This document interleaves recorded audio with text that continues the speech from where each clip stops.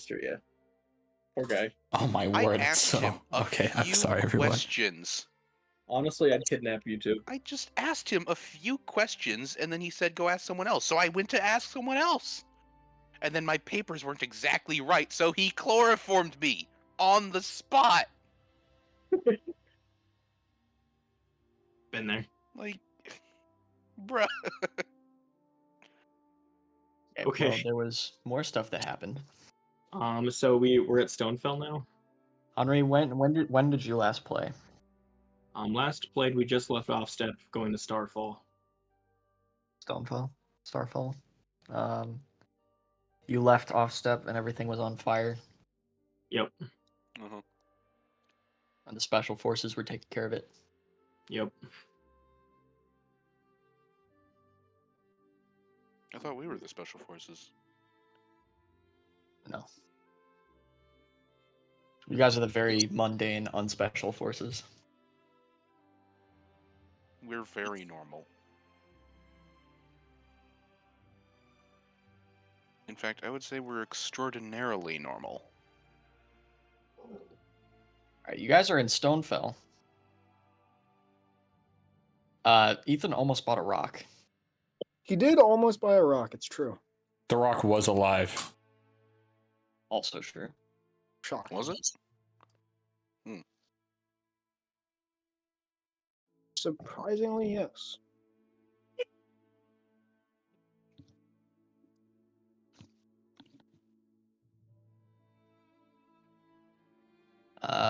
Michael's character bought a gun.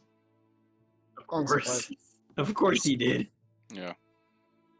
I was gonna make Michael's him character one, a rogue? but, Mm-hmm. Okay, I suppose. You are missing one key fact. It is played by Michael.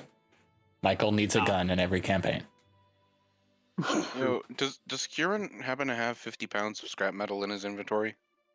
No. Why'd you answer for him? Let me check that for Quit you. railroading, Garrett. I am gonna railroad you as much as I want. Hey, yo! Kieran has a long sword and a short sword. I don't think that quite makes up to 50 pounds. But we could shorten it down from railroading to just, like, I don't know, if the road goes without sailing, we'll just say railing. Oh my gosh. Was that the Ratzilla? Ratzilla. He just sent me a picture. I think that's a, yeah, I was about to say, that's a very, very long-necked Ratzilla. He's the rat man. He eats rats. The trash man. He comes out of the ring and eats a whole bunch of garbage. Do we I have love people the to start now? perception that you're experiencing right now. We got 1, 2, 3, 4, 5. Oh. We are missing Andrew and Michael. And spades. Yeah, no. No. Not real. He doesn't know how to use Discord. Elijah. Yeah. Andrew should be here any second, though. Cool. Literally any second from now until the end of time. All right, so after you guys' trip to the market, what is that? This little piggy went to the market. I don't know. Did anybody that wasn't here want to go through the market? Yeah. Do they have any scrap metal?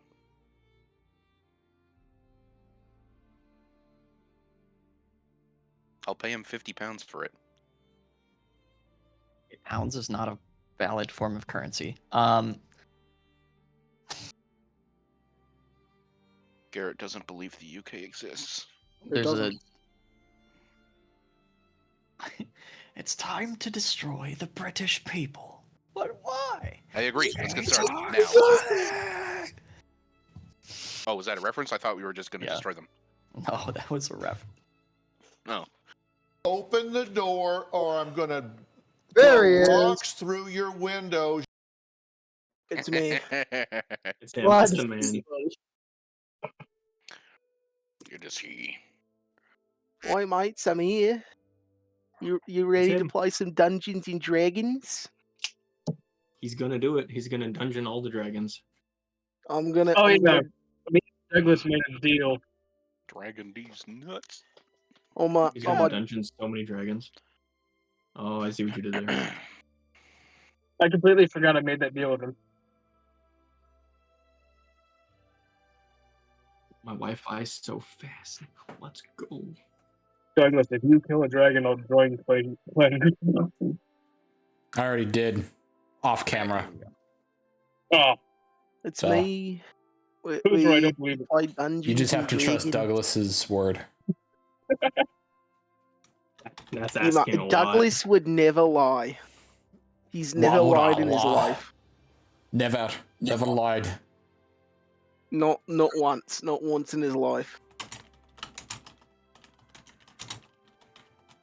There you go, Joseph. Doubt.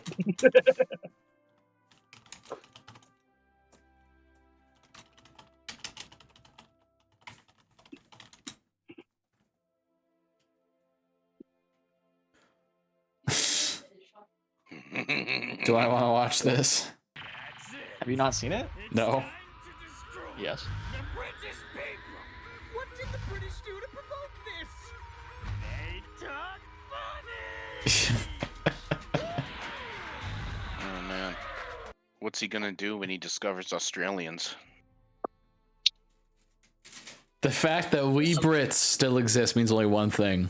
The Queen, may she rest in peace, performed the one-handed Kamehameha and saved the nation. My favorite part is how in the first part of the post, people is hyphenated. Yeah. It's time to destroy the British people. Oh boy. Thanks, Dragon Ball. All right, guys. Who wasn't here when we arrived in Stonefell? I know Henri wasn't, but he's muted now for some reason. It's come time for him to move the TV. Already? Yeah. He'll be a few hours. Right, Yeah. Sam, that's fine. He doesn't need to buy anything. Sam, Hello. Sam. Same. Were I'm you here. here when we were at I the was market? here when we got the store info. Yes, I was here when we fucked up Rick. You take that, Okay. Rick. Didn't want to go to the market or anything.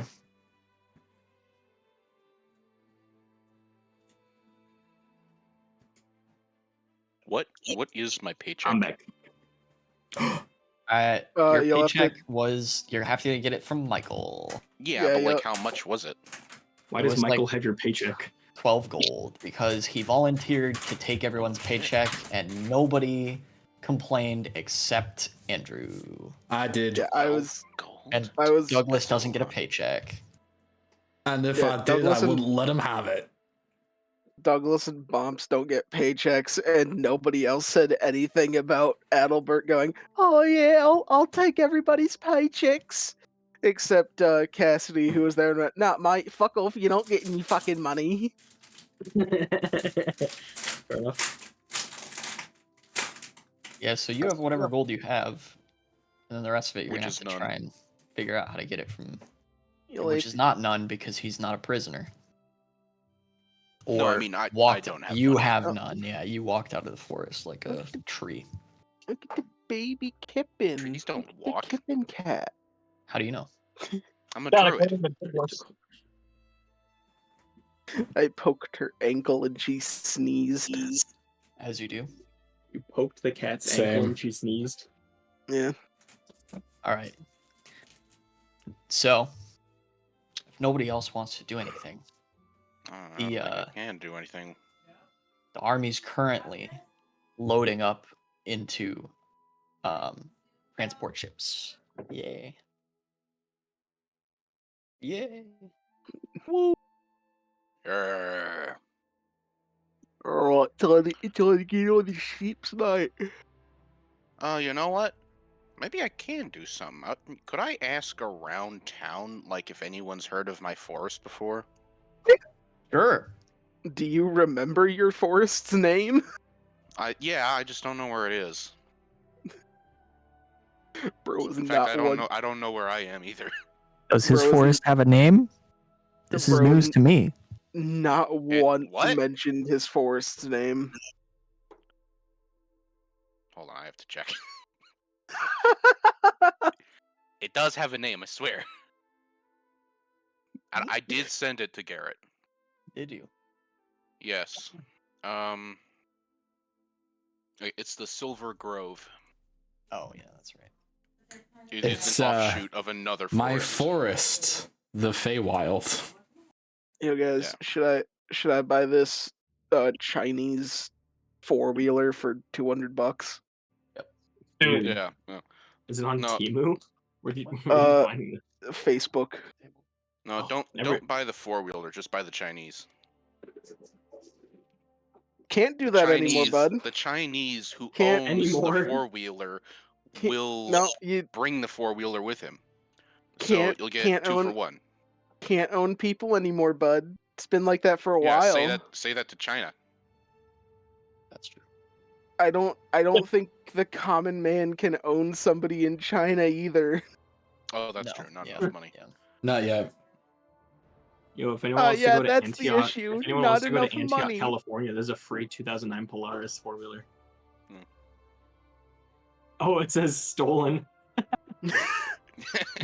Hey, if you get out to California, everything from a store is free as long as it's under like $1,000. And recently on fire. Didn't they crack down on that recently? Yeah. Probably not. I think they put locks on stuff, but they didn't. Well, I just saw that video online of the 2 women who got caught, and they're like, "Bitch, new laws." Oh yeah. Bro, they didn't even have water in their fire hydrants.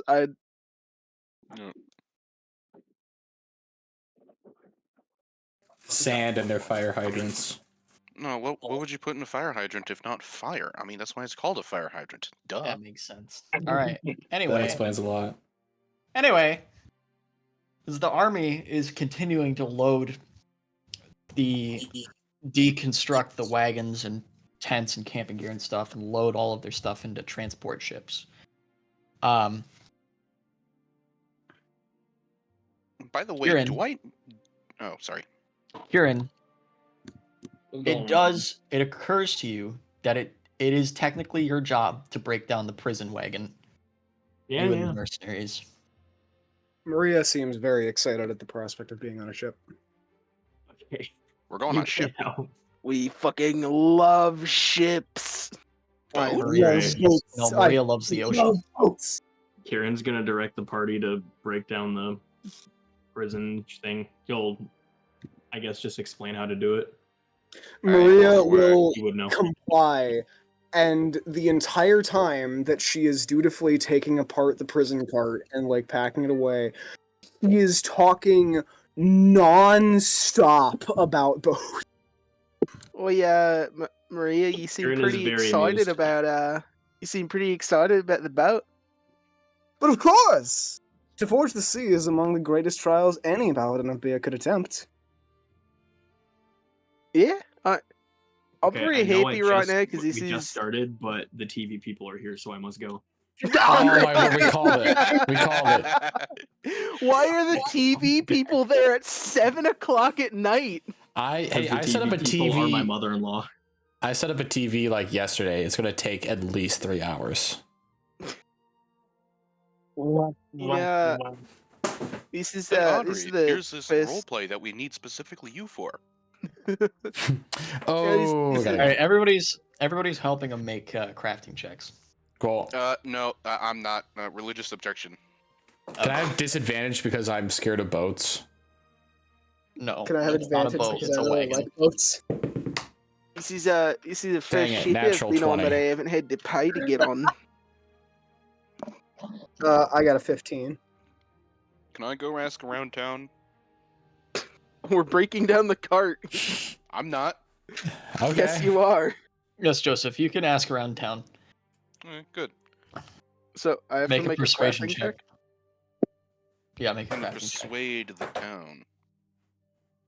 You gotta persuade people to talk to you.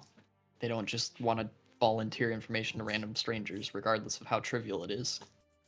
All right, I'm not very much help right now. I rolled a 5. Okay. An 8.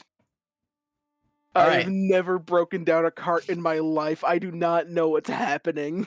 Kieran gets distracted. What do I need to roll? Kieran gets distracted helping Kessel load an unmarked television. Samsung TV into the boat. Whoa, Canon Samsung TV 55-inch. TV meaning transport vessel. It's a box. Onto the boat. And since he's distracted, his instructions kind of break apart. But it's pretty simple. It's a very easy to see how this goes together. It's clearly designed to be broken down and reconstructed quickly. So, Maria and Cassidy, you have no problem neatly stacking the cart into this container. However, Douglas and who rolled what again? I know that one I of you rolled a rolled 5. You rolled a 5. Yeah, never mind. Douglas and Maria did fine, but you, on the other hand, the concept of space management seems to elude you, as you forget to take out many of the different segments of this cart as you're taking it apart. And to your dismay, one of the important fasteners that holds the wheels onto the cart breaks beneath your attempts to pry it free. Shit. Alright, I can deal with this. I'm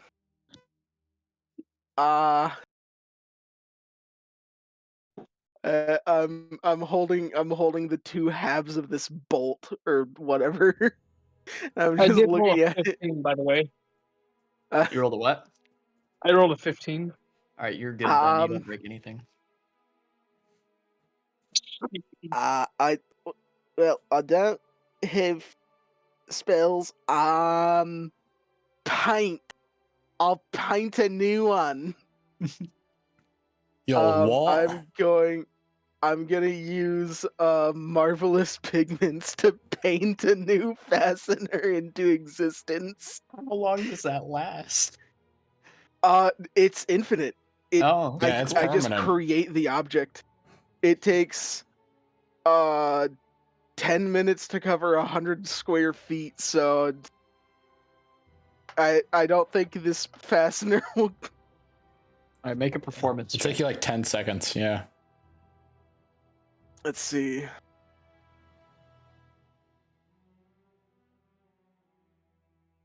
And that is a success. 11 plus 8. I succeeded Failure. by Yeah, 1. It's It's a DC 18. Why is it a DC 18? That's what it says in there. Oh, like the, During combat, it's a DC 18. right. This is not during combat. Yeah. This was more just to see if you like roll the natural. Screw up. Yeah. Screw up even worse. Badunk. I guess there Oh goes one man, of my magic paints. I broke the axle. Let me paint a new one. That's a frog. Oh, as you do. I now have 3 paint. 3 paint? 3 paint. You successfully paint into existence the correct fastener to secure the wheel into place, and you tuck it away, and no one knows anything happened.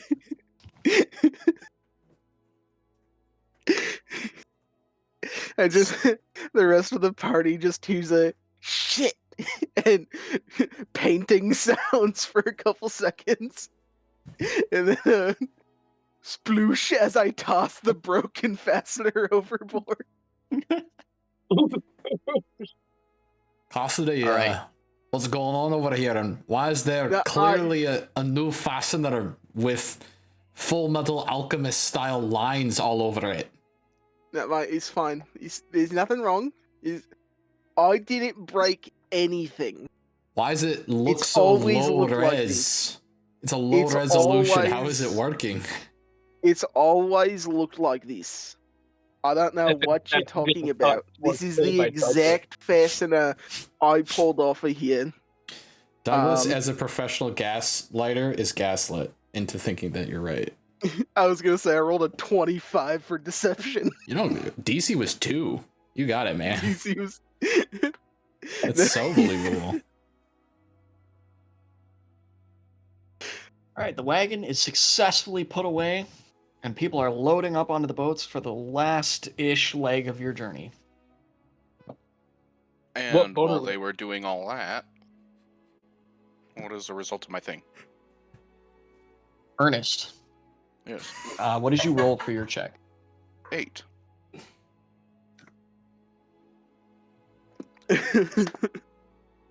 People here in this city are either very busy or very unfriendly, or both, as none of them really seem to want to take the time to talk to you. Hmm. Man. Well, what if I took the time to talk to them? You think that maybe it's because you're a dwarf. Nah, that couldn't be. Racism. Don't you hiss at me. Must be some other reason. You are unable to glean any information about your forest from the locals. Darn. Oh well. Big sad. I'll just ask at the next town. He's going to repeatedly ask about his forest over and over again. Well, yes, I am. As you do.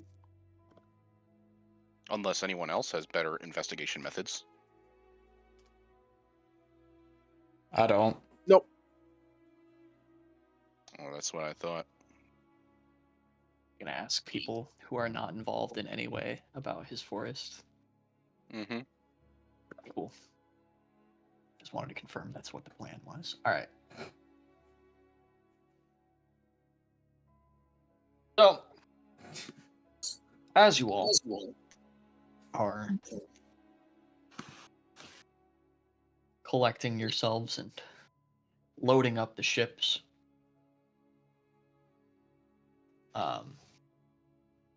you begin to clamber aboard as the last stragglers of the warband begin to file in, and the boats begin to prepare for launch. Vaughn sounds the last call, and all of the gangplanks are drawn, and the boats set sail. You are now on the lake. Run away. Out here. You're on a lake. We're on a lake. Yeah. That's the lake song.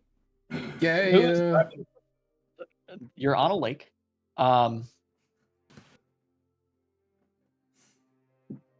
Maria, can you make a history check, please? Yes, I can.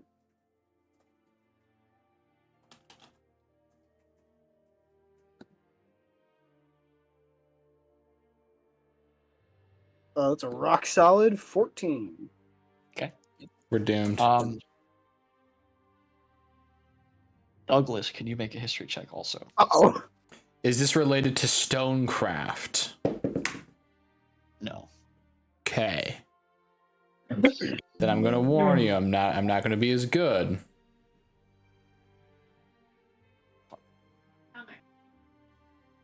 Seven.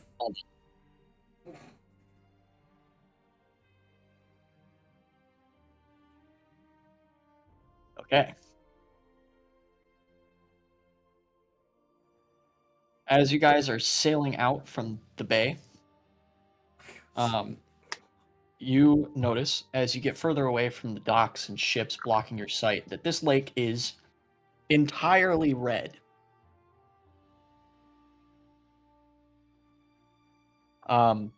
Douglas, this comes as quite a shock to you, as lakes are supposed to be blue.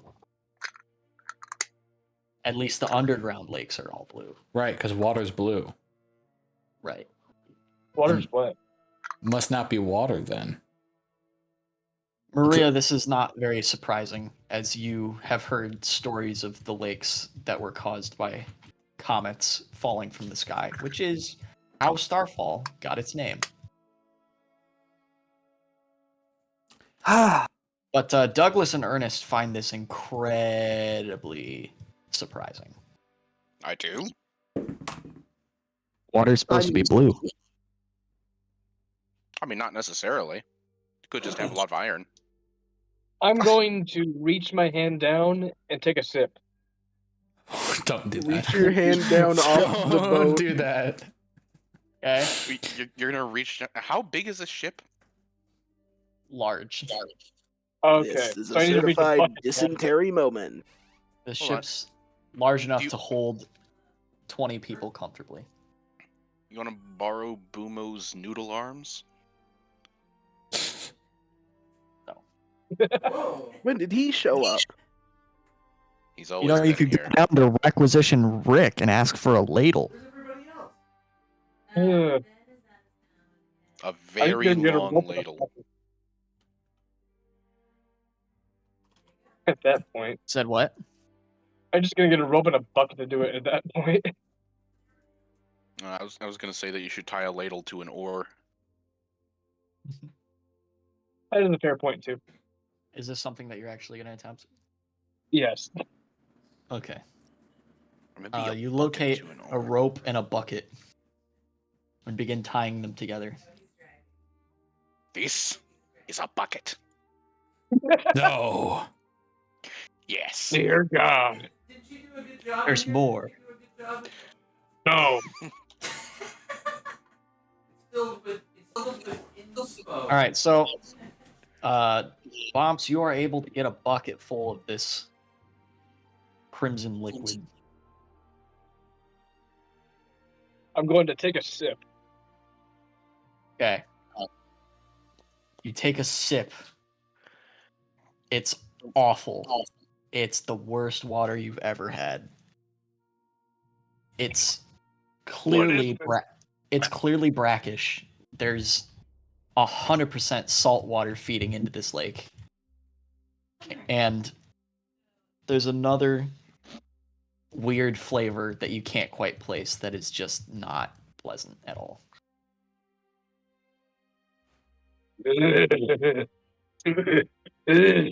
That was awful. I'm gonna throw the bucket overboard. With the rope. Yep. Wow. Okay. Alright, nobody was paying attention Oh no. as you throw the bucket overboard.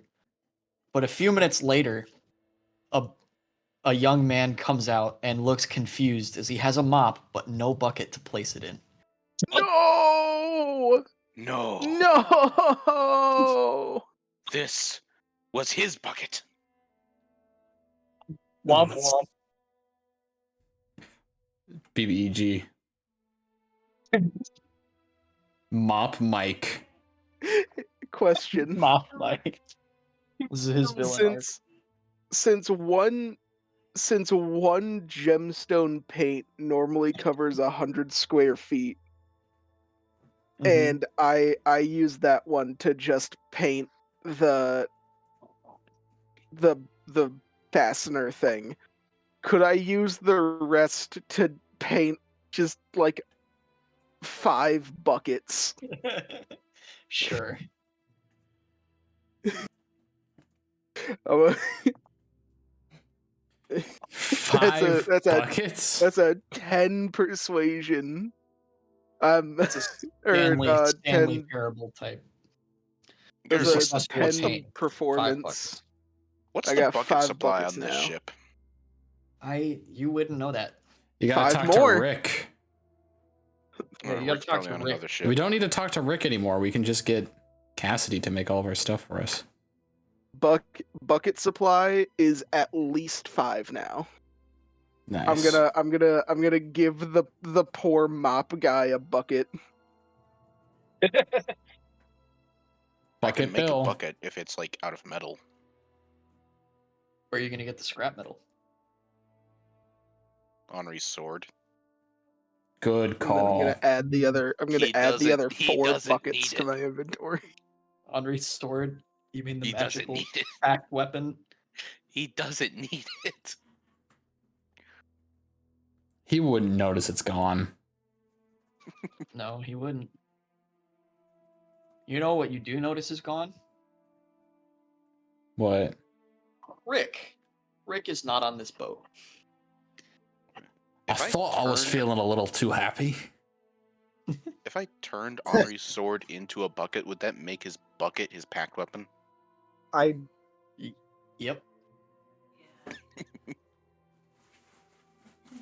Good luck. bro. It's what he deserves for trying to move with TV. I'm gonna do it. It is what he deserves. If he's not back by the time we get off this boat, I'm gonna do it. He's gonna do it. So, who is piloting the boat? What? Who is piloting the boat? Probably like Um, 5 or 6 different people. yeah, there's the guy at the helm. Is a larger, bearded man, balding on top. Red Hmm. hair.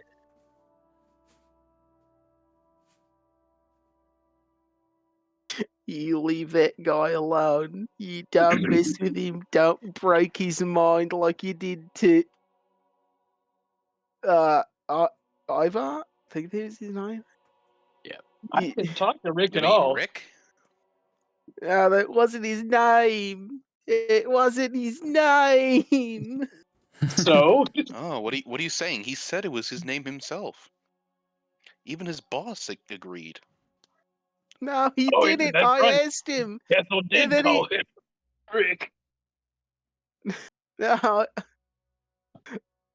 I asked him what his name was, and he told me his name was Ivar, and then went, I'm gonna start calling him Requisition Rick, though. That poor man. That poor man who just had to chloroform someone with the wrong paperwork. Hey, you don't know that happened.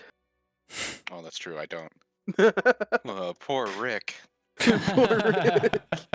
Oh, poor Rick. Oh, Oh no, to not the guy Rick. at the helm, the captain. Okay. Hey, what's your name?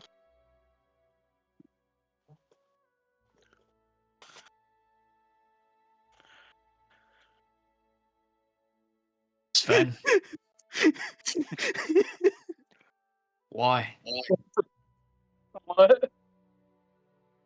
Who are you? Why,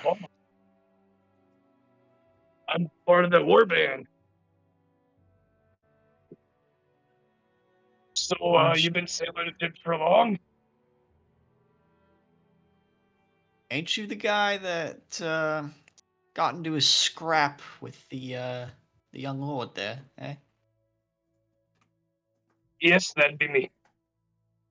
Right. My food's here, hold on. What's that? He has to go fix the TV. His Oh. foot's here. Hold on.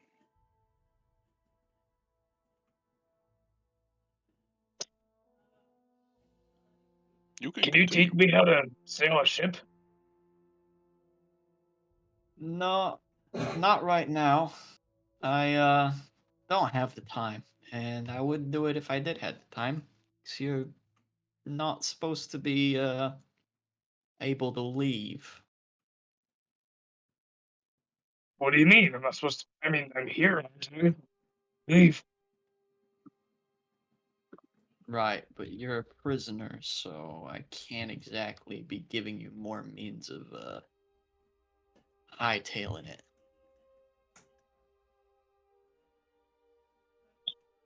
Let me take the wheel for a second. No, I don't think so. But when you can give me directions. No, I think that you're gonna stay away from the helm, and we're gonna be just fine with that. Yeah. I'm going to push him out of the way and take hold of the wheel. Okay. Make a Let me grab the boat. make an athletics check. Okay. Is it time? Are we hijacking the boat? No, we're not. Was this So- the plan? Why did no one let me in on this? We're not. We're I not got doing that. a 19. Okay. You successfully shove him out of the way, and he tumbles to the deck. And the wheel goes spinning. Oh, that's good. Oh, that's definitely good. How many ships are around us? Like 5. How many do we crash into? 0 yet. Oh, I see. This. Bumps. Yeah? It is your turn.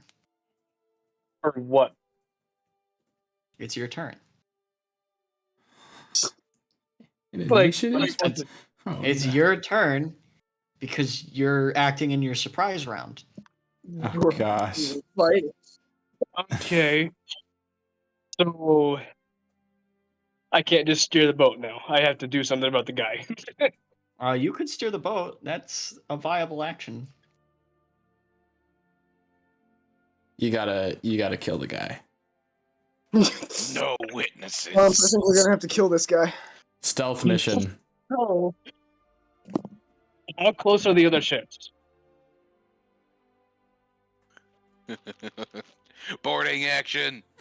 No. Well, the ships are in a tight formation that is slowly getting looser as the wheel of your boat spins away. There's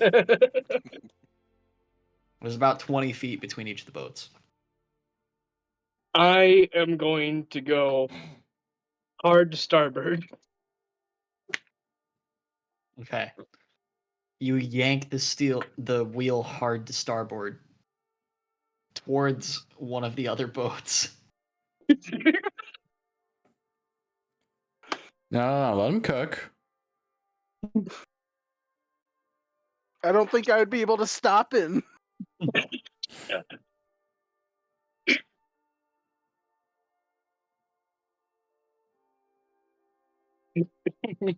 Okay. Do you want me to? Somebody asked, "Do I can't fight him melee v melee?" All right. I would stop him, Bumps, but I don't know how roll ships for work, initiative. so I don't even know there's something wrong. What's that? Roll for initiative. Oh, goody. 3. Okay.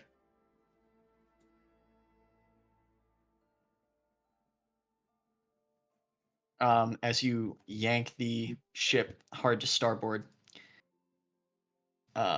assuming nobody else is going to jump in on initiative, Nope. a couple of things are going to happen before your turn Oh, boy. with 3. First things first, Sven is going to pick himself up off the deck and try to wrest control of the stern back from you. So can you make an athletics check, please? That'd be 21. Dirty. Okay. He attempts to wrest control of the boat back from you, but he is not a soldier, and he is unable to pry your thick, mull, genetic freak hands off of the helm of the ship. Uncalled for. And the ship continues to careen towards the other ship. Oh, boy. Oh, no. Not oh, only hey, does he wait. fail, but It pulling gets- you pulls the Um, wheel even more. It gets May about I- 7 feet. The boats get about 7 feet from each other. Oh, May gosh. I, at this point, interfere? Turn the You wheel can roll to the for left. initiative. Oh, Certainly. I'm gonna roll for initiative at this point. Go ahead and roll That's for a initiative. Douglas is going to 17. wait to see how this all pans out. That is a 19 for initiative. Okay. I'm looking at a tuna that I can see just under the ship. You have X-ray vision? Is that a spell you have? Nah, but like over the deck. Oh, okay. Like, I thought you were it's like weird. I've looking. never seen wilderness in the water before. Yeah. Well, actually, I have, but this is like my second time. Oh, Look at all that nature. it's pretty neat, huh? Oh.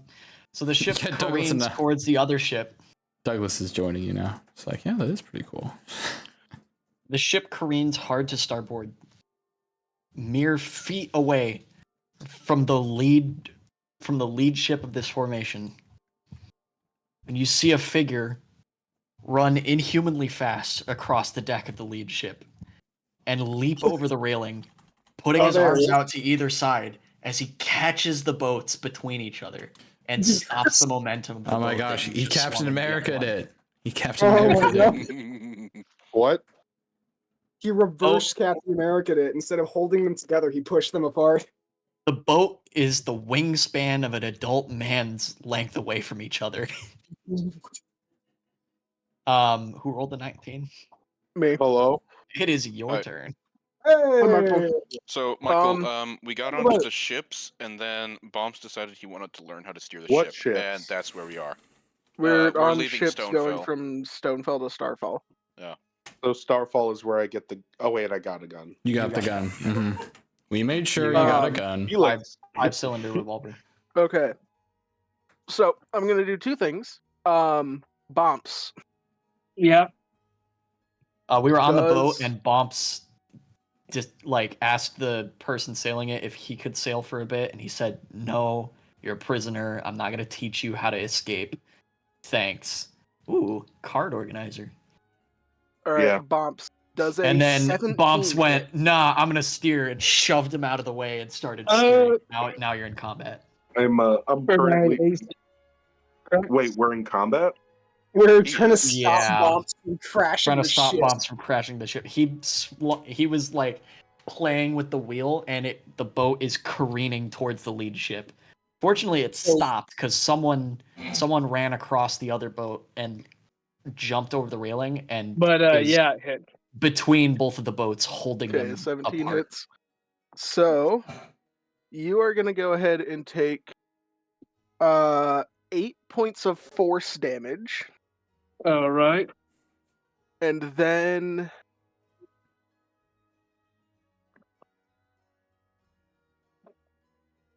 staunch the bouts. And then take take another 14 psychic damage, and you have a 1d6 penalty on your next roll. Okay. Wait, won't his next roll be to steer the boat? Why would you do that? Well, his next So, his next roll will his- be so I had will to roll likely be 1d6, a- right? His next roll, the sailor, like the captain of the ship, is higher initiative than him. So his next roll is going to be the athletics check against the captain. Oh, okay. Oh, Then that's maybe that true. is a good. Maybe that's a good call. He is still in this initiative order, so he will go after all of you because he rolled a 3.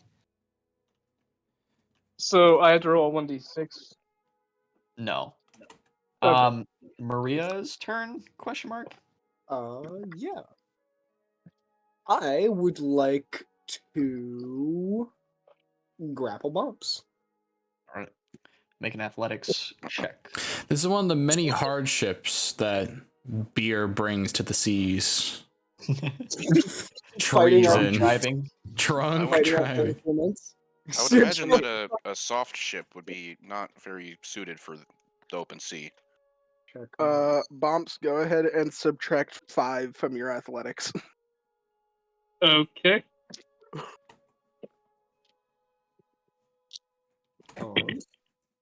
That's gonna be a 17 for me. Bomps roll athletics and subtract 5. I'm Okay. sorry. Are we at combat with people or each other? With Bomps. Oh, It's not really combat though. It's- It's just it's we're just trying to turn-based. stop him. So 13. It's fast reaction turn based mode basically. Yeah, Bomps, you are wrested away from the stern and put into a headlock by Maria. Okay. Nice. Sven Garrett, regains control of the stern. Yes, Michael. I am sorting each monocolor by legendary creature by mana cost, then creature by mana cost, and then everything else. This is what Adelbert is doing in canon, by the way. Everything else by type and then mana cost. Okay. This shit's gonna take forever. It's gonna take a Adalbert while. sitting in the back of the boat sorting cards. Yeah, that's canon. I even sort the lands by foil, non-foil, full art, non-full art. That's gonna take a while there, bud. I already got like an eighth of it done. I got my deck sorted by cards that Michael hates. It's really easy because they're all just in one pile. There's a lot of blue in there. Huh. It's funny how these little coincidences work. Isn't that right, Michael? Michael's having PTSD. So it is. I'm sorry, I thought water was supposed to be red. Yeah, that's good. I can't be mad about that. All right. Sven gets control of the ship, steers it back into formation as Vaughn hauls himself over the railing and starts screaming, "What on earth are you thinking, man?" He's barreling over to Sven and then notices Bomps in a headlock on the ground and goes, "Oh." Apologies, sir. I was rather slow to catch him.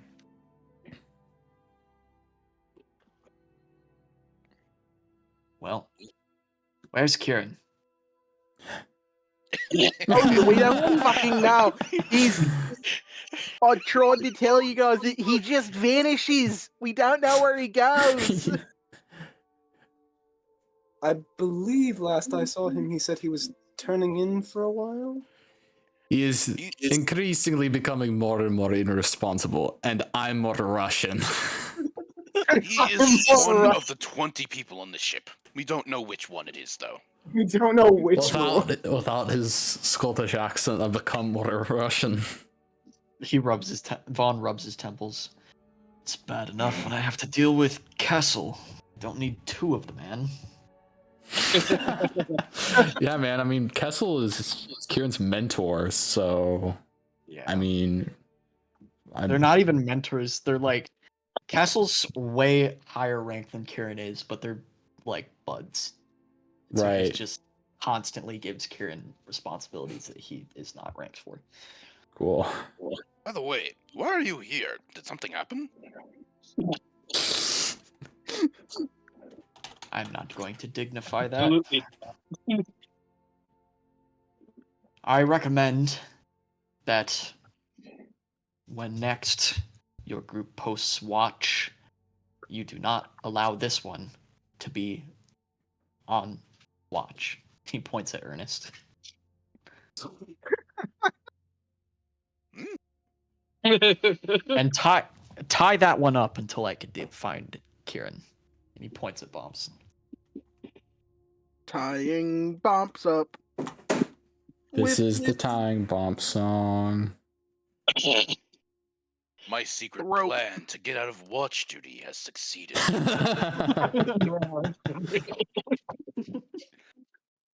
Wow.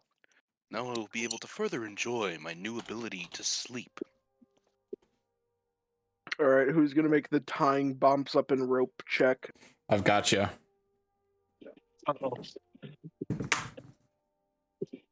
Ooh. Would this be a lock picking check if I'm making a lock out of rope? Sure. Is there a key Sure. to it? Okay, 19. All right. You tie an expert knot. Great. You have untied plenty. So you figure it's just the reverse. Yeah. Hey, that's a great way of doing it. I'm doing this for your own good. Us dwarves, we don't mix well with water, especially seawater. And I can tell from the blood of the many who've drowned already that this is filled with it. What? Aye. This is all blood? It must be. Nothing else is liquid and red. I mean, have you tasted it? It tastes awful. No, I mean, it's All not I saw entirely- is that you take a drink from it and then try to crash the ship. I'm not drinking it. Douglas, you are forgetting one thing. It's red and it's liquid. It could be wine. It could be really shitty wine. What's that? No, this is a It's perfectly like- natural result of the comet causing this lake, after all. Many lakes around South Hello like this. It's what gave it its name. So wine's like beer, but it's made out of grapes. Just like- moves on. What's a grape? It's like Is that like a you know what root? you know what an olive is? Seeing bombs No. tied up, Vaughn leaps the 20-foot Um, gap from this ship to the next one. What are some berries that it's kind of like a berry, but like more liquidy inside. That sounds disgusting. Like dingleberries? Oh. No, it's quite sweet actually, like nature's candy. Yeah, and they mesh them up and they let them ferment, so that it creates like Oh, so it's like a mead. alcohol. Yeah, kind of, but like It's like mead without honey. Think like mead. That sounds but pretty instead nice, of- honestly, without all the bees buzzing around for you. Sure. Yeah, like think mead, Ah, but that's instead of crafty. honey, That's you clever. use sugar from like fruit, and that's what wine is. Or, Douglas, they I'll have to give bees this a try underground. sometime. Aye, Yeah, yeah. So like it could be really bad wine. Drow but, venom it's cave probably just water. bees. They are the worst. They are as bad as they sound. Great sure mead they're- though. I'm sure they're And they're misunderstood. carnivorous. That's how they survive down there. They don't must be pollinate. misunderstood. I should meet one of these bees. I wouldn't recommend it. They prey on giant ants. As nature intended.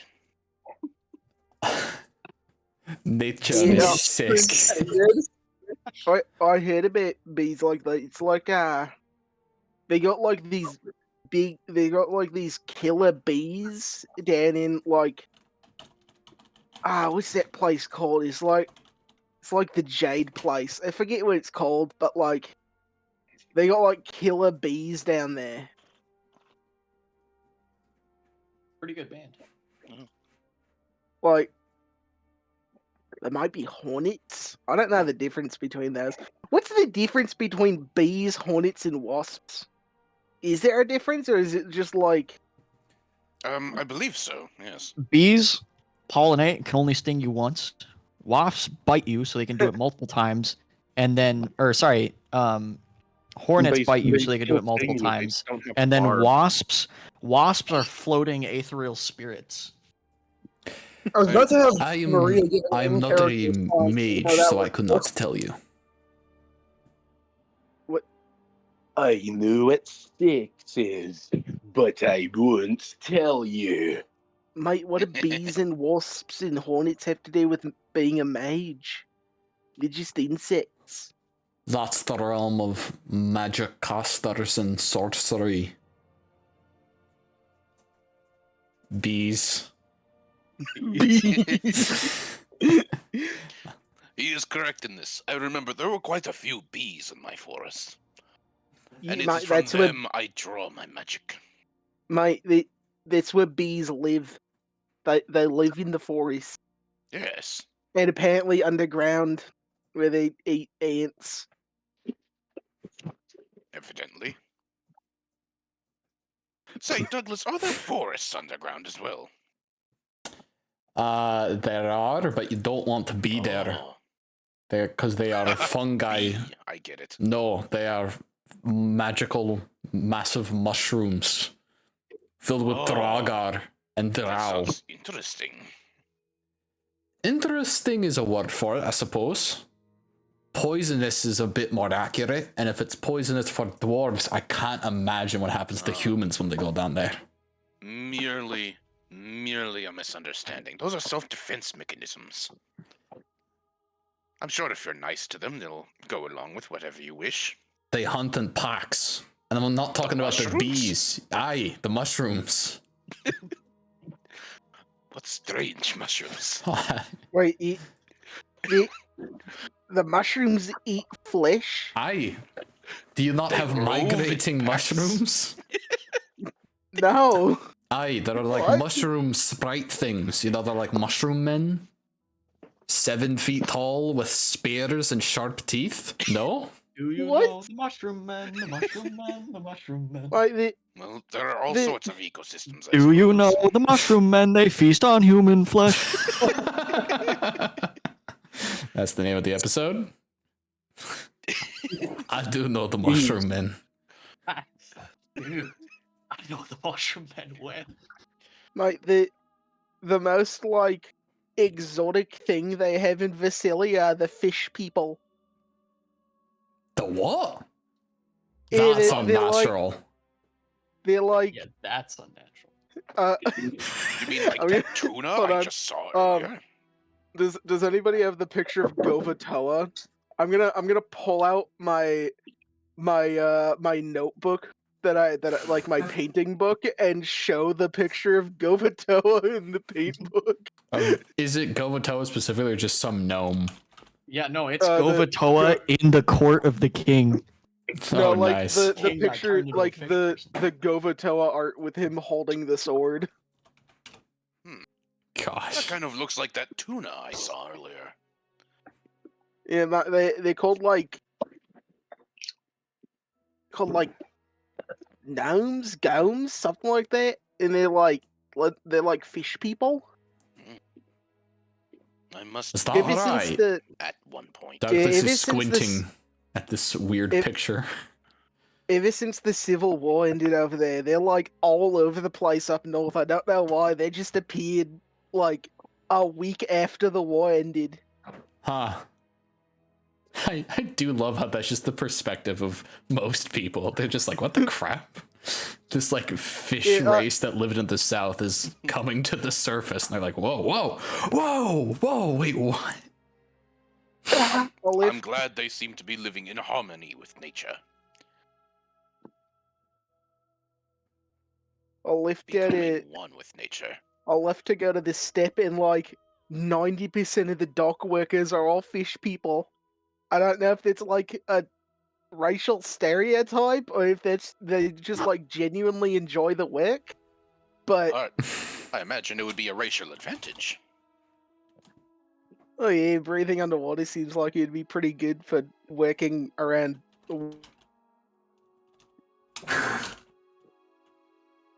Water.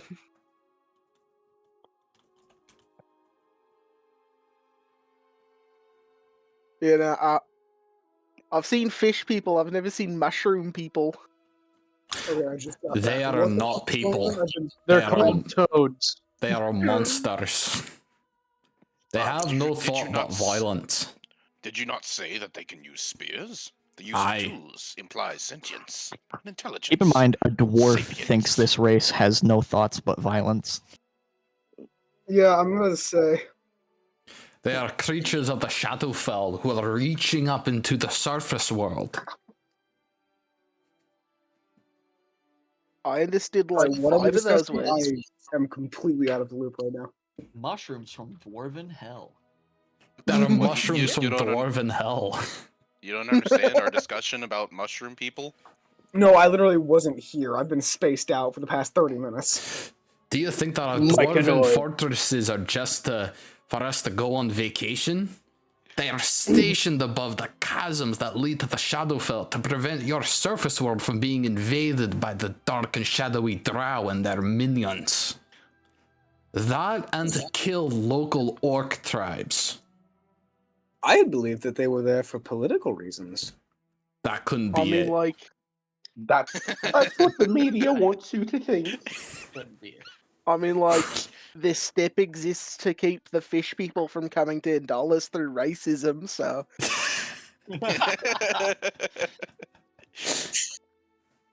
Yeah, the they great. don't even They don't even let them off the boats. They just That's based. I saw a fish person try to get off the boat, and a guard ran up and kicked into the water. Gosh. Oh, what a kind individual. Fish cannot breathe air. No, these fish breathe air. He just wanted to kick the fish person into the water. Surely a more comfortable environment for the fellow. I If don't know, these they fish seem pretty people are comfortable on anything land. like these mushroom folks, then they did them a kindness by not burning them. You have to burn these migrating mushroom trees. No, mate, they have like the same temperament as halflings. They just want to live in their little water huts and be left alone. I think the most violent I ever saw one of them get is like raising their voice at another one for dropping a crate.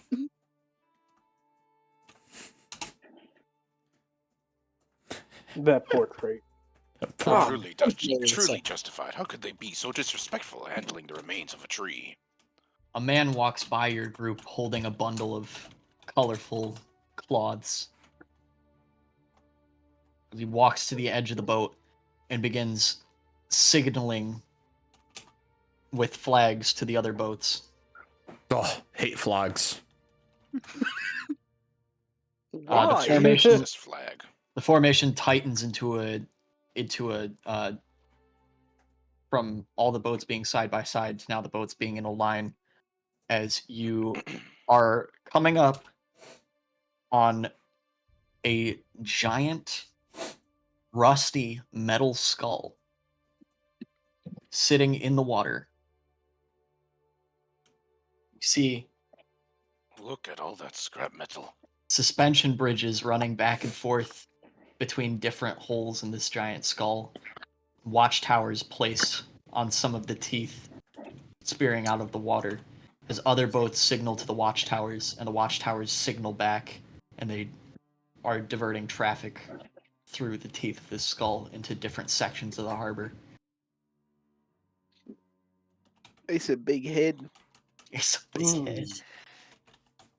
Is it like this is like a man-made like metal structure and not like a natural skull from a creature, right? Right. It's a giant metal skull. I haven't seen head this big since. Make a history like check. Riley Reid's first porno. Oh, what? Shut the fuck up! Oh my god! All right, that's another 2. That's another 5 for history. I don't know what this place is. You have no idea what this is. You did not pass this place when you were on your way here. Do I recognize it? You don't recognize Jack Squat. Oh. To be fair, I don't think I crossed the lake when I was first here. No, I don't think so Well, either. I mean, I'm not You went recognizing history, but like what kind of animal it was. I think didn't you go into like the north end of Vix before like crossing the Yeah, I mountain? went over to the Irani wall. Yeah. And then up. He visited Iran. No. Yeah, I think he's wrong. The Great Wall of China in Iran. It's a big fucking head. It's a big fucking head. Hey, who the hell built something like that? I hope it was built. I suspect not. In fact, the skeleton of many creatures is where they store a majority of their metal. Can I Tiz make must have it? eaten a lot of it. That's not true at all. I'm not a doctor, but I don't think that. I got a 15 Right. history check. Do I know what this thing is? I believe a You got lot a of 15? crazy things, and I say even crazier things. There is no metal in your skeleton. Can guarantee that. Maria and Douglas, you both know what this is. Douglas, you don't need to make a check. You would 100% know what this is because it's like the site of an epic battle. This is the head of a giant metal Tarask that was slain in the shattering. Oh. Oh. We are in the worst timeline? Weirdest timeline? The Most of the timeline. rest of the Tarask was disassembled and So I have a quick flooded the question. Am scrap I metal tied market. up in general or just tied up to the mast? You are tied to the mast. But you can see the skull as you're passing underneath it Okay. now. That, my friend, is a beautiful piece of metal working made by an ageless aesthetic bent on vengeance and eventually destroyed.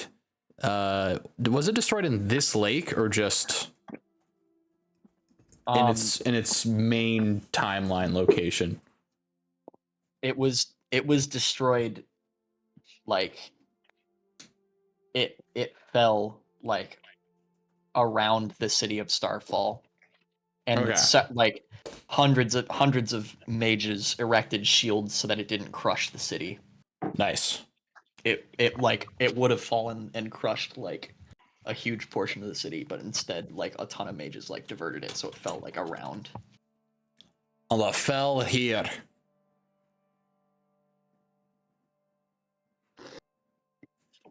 A remnant of a weapon of the shattering. Quite something.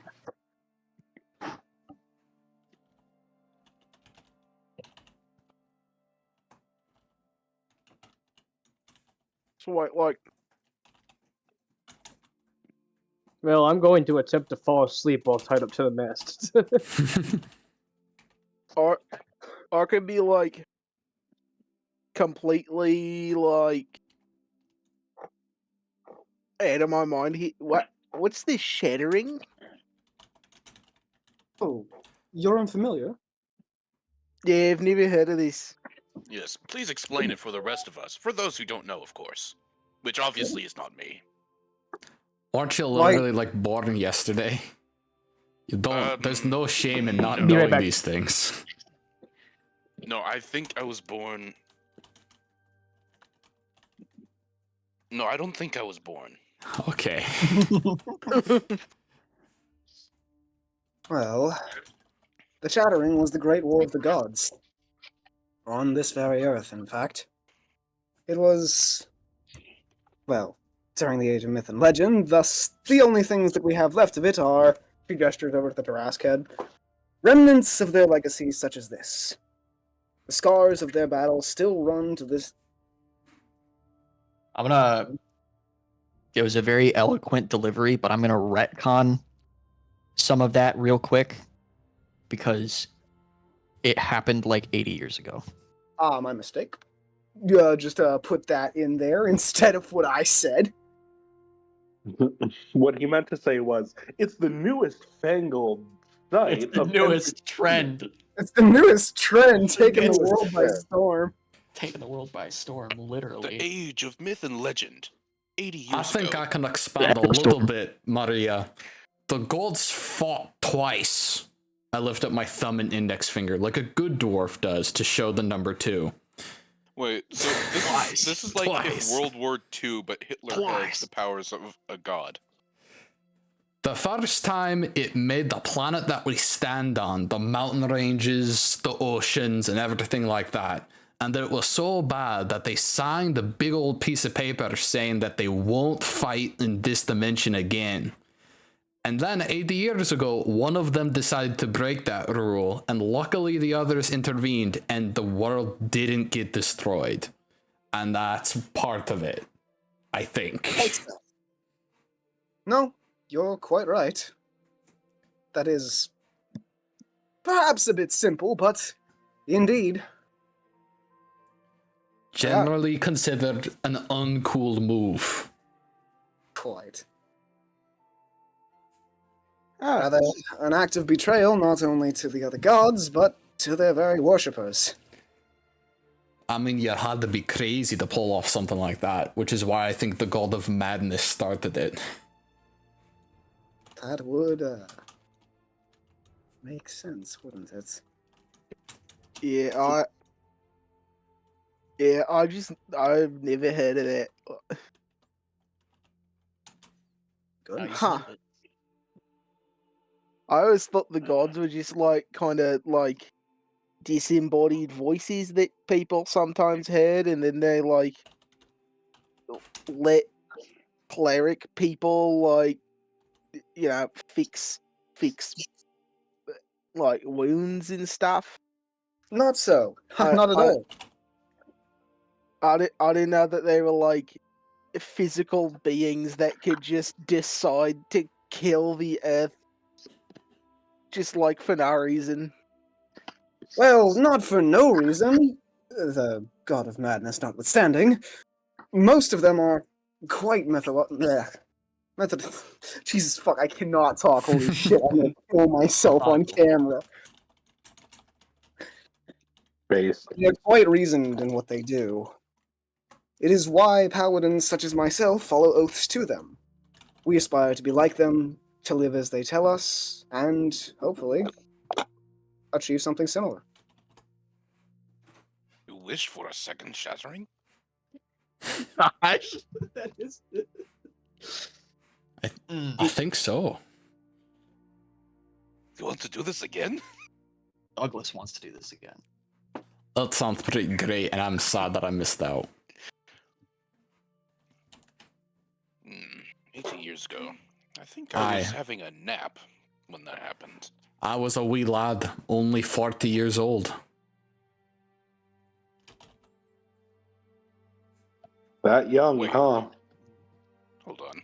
Aye. Douglas? Are you You're older than 120? me? I think so. I believe I was, I don't know, probably 5 years old around that time. That or I think was it's- 80. Hold on, let me check my character sheet. Oh, correction. It says I'm level 5. Dang. You're only 5 years 5. old. I guess. Yeah, how do I determine my age in reverse since I never decided on that? I don't know. I don't think I ever decided on that either. I'm just making it up. You're young for a dwarf. Like, Yeah. you're just cresting into, like, young. Yeah, so okay, then I'd be like 40. I'm 40 years old right now. I am back. You went to kill the Jarl immediately after passing the Right. rite of adulthood from your clan. Yeah, that's right. And I'm young for an elf, which I imagine would be about double that of a dwarf. So yeah. Yeah, Ernest is somewhere around like 90 question mark. I would be around like 5 or 10 years old when that happened. Yeah. He was an elf infant. No, I remember it clearly though. I was there when it happened. Trust me, bro. I was one of the. I was. Where one were of you the on gods. 9/11? Goo goo gaga. My uncle worked at the Shattering. My uncle. My uncle was on the airship when the shattering. No. Where were you when the shattering? I was on the airship when the soldier I was at the orphanage. 73 I cry every time.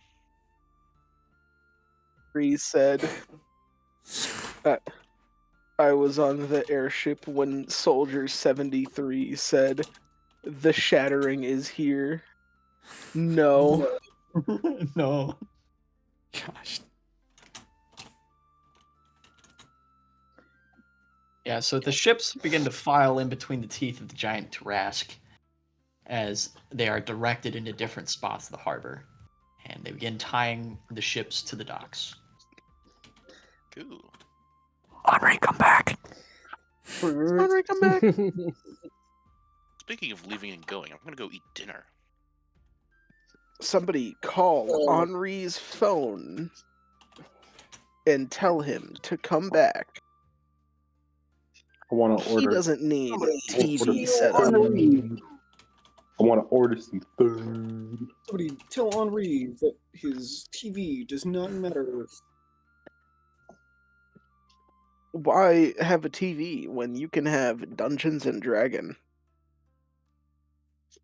Why have a TV when you can have the cold, refreshing taste of a Dr. Pepper? Prepper. Dr. Prepper. Oh, actually, that sounds Doc- really good. Wait, I know Dr. it's like a Prepper misspeak, but like stocking that up- sounds awesome. Dr. Prepper stocking up on ammo since 2006. Yeah. I have unironically hundreds of rounds of ammo. We know. Most of it is 22. And so does the government. That kind of goes without saying. Hey, my dad gave me all the 22 ammo, so they don't know shit. Now they do. They don't know that I'm going to shoot up a I am- government building on December 24th of 2028. Gosh. Can you imagine there's been a second boss? There's been a second bus. Your Majesty, a second bus is coming! Your Majesty, I'm coming. Hey guys, you want to see something slightly humorous? Slightly. I took the map that we've been using and applied it to an actual globe, and things look kind of funky with actual dimensions. Look at this. It's kind of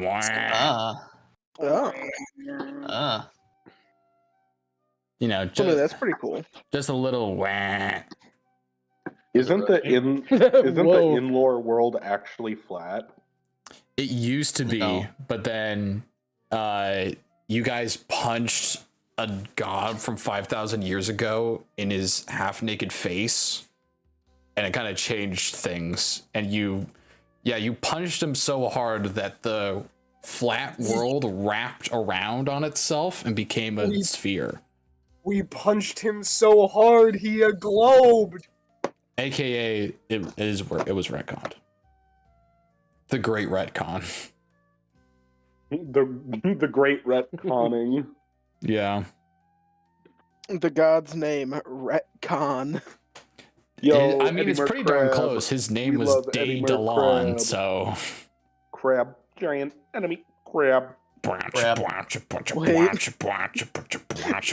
Wait, ain't no way killing the JoJo's Bizarre Adventure villain made the Earth round. That and other things, yeah.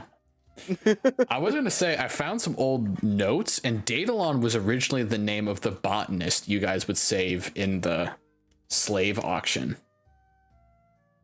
Damn. He was going to be a dude, and I'm like, nah. How do I make this more interesting and so my players will care? I know. Woman. Yo. And I was also trying to be like, maybe you guys will go to Draconia if it's a Dragonborn, you know, like, that's an inroad. And you guys kind of did off screen. Speaking of off screen, I like how you went. How do I make this event more interesting to my players? Hot, scaly woman. Yep. Hey, and it worked. It worked. It did work. They hate us because they ain't us. Neuron activate. Listen, the best arc in all of my campaigns was the Ferret Sisters episode. That was the best one by far. That was nuts. The party went. Jamie, can you pull that up? Furries. What? Jamie, can you pull that up?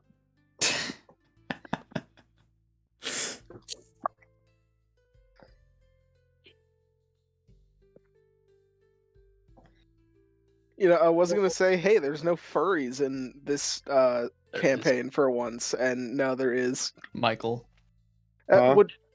Is Michael more of a furry or more of a neko? I think the latter. Is he more humanoid with animal features or animal with humanoid features? Second one. All right, then yeah, he's a furry. All right. Cool. Glad we established that. Now we've confirmed that. All right. Cool, we're just trying to buy time for Kieran to get back to do the story stuff. Anyway, I mean, it's not necessary that he be here, but he did say he was going to be here, so. But I don't know why I believed that. Anyway, the ships pull into the harbor and dock. It looks like there's 2 large docks that were set aside for your guys' arrival as the transport ships pull up to the docks and begin mooring. You guys are now in Starfall. Hell yeah, Starfall.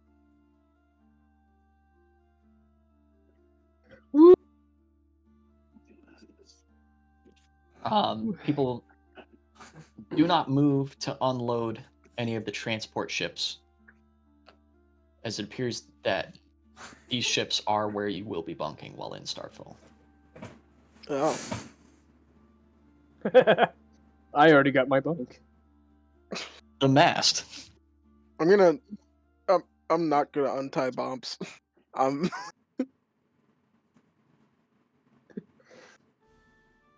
Who am I, Roano's rope? No. No, you would have swords if that was the thing. Can I? Are we free to just go into Starfall? Nobody said otherwise. Alright, I'm gonna go try to find somebody to buy this crossguard that I found in an ancient tomb. Suppose we're going in. Alright. I love selling cultural artifacts. As Kieran is still asleep below deck, and the leaders of your party are not set to meet the emissaries and members of the church until later in the evening. Okay. You have plenty of time to do that. So you head to the market district, Cassidy. Yippee! Make a persuasion check, please. Persuasion. That is 22.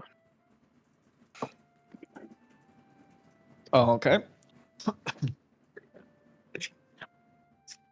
As you're looking around for the market, you find a couple of stalls that you think would take something like this. You find basically a knick-knack stall, a junk stall, just selling in oddities and curios. You find a weapons stall and a salvage stall. Which one do you want to talk to?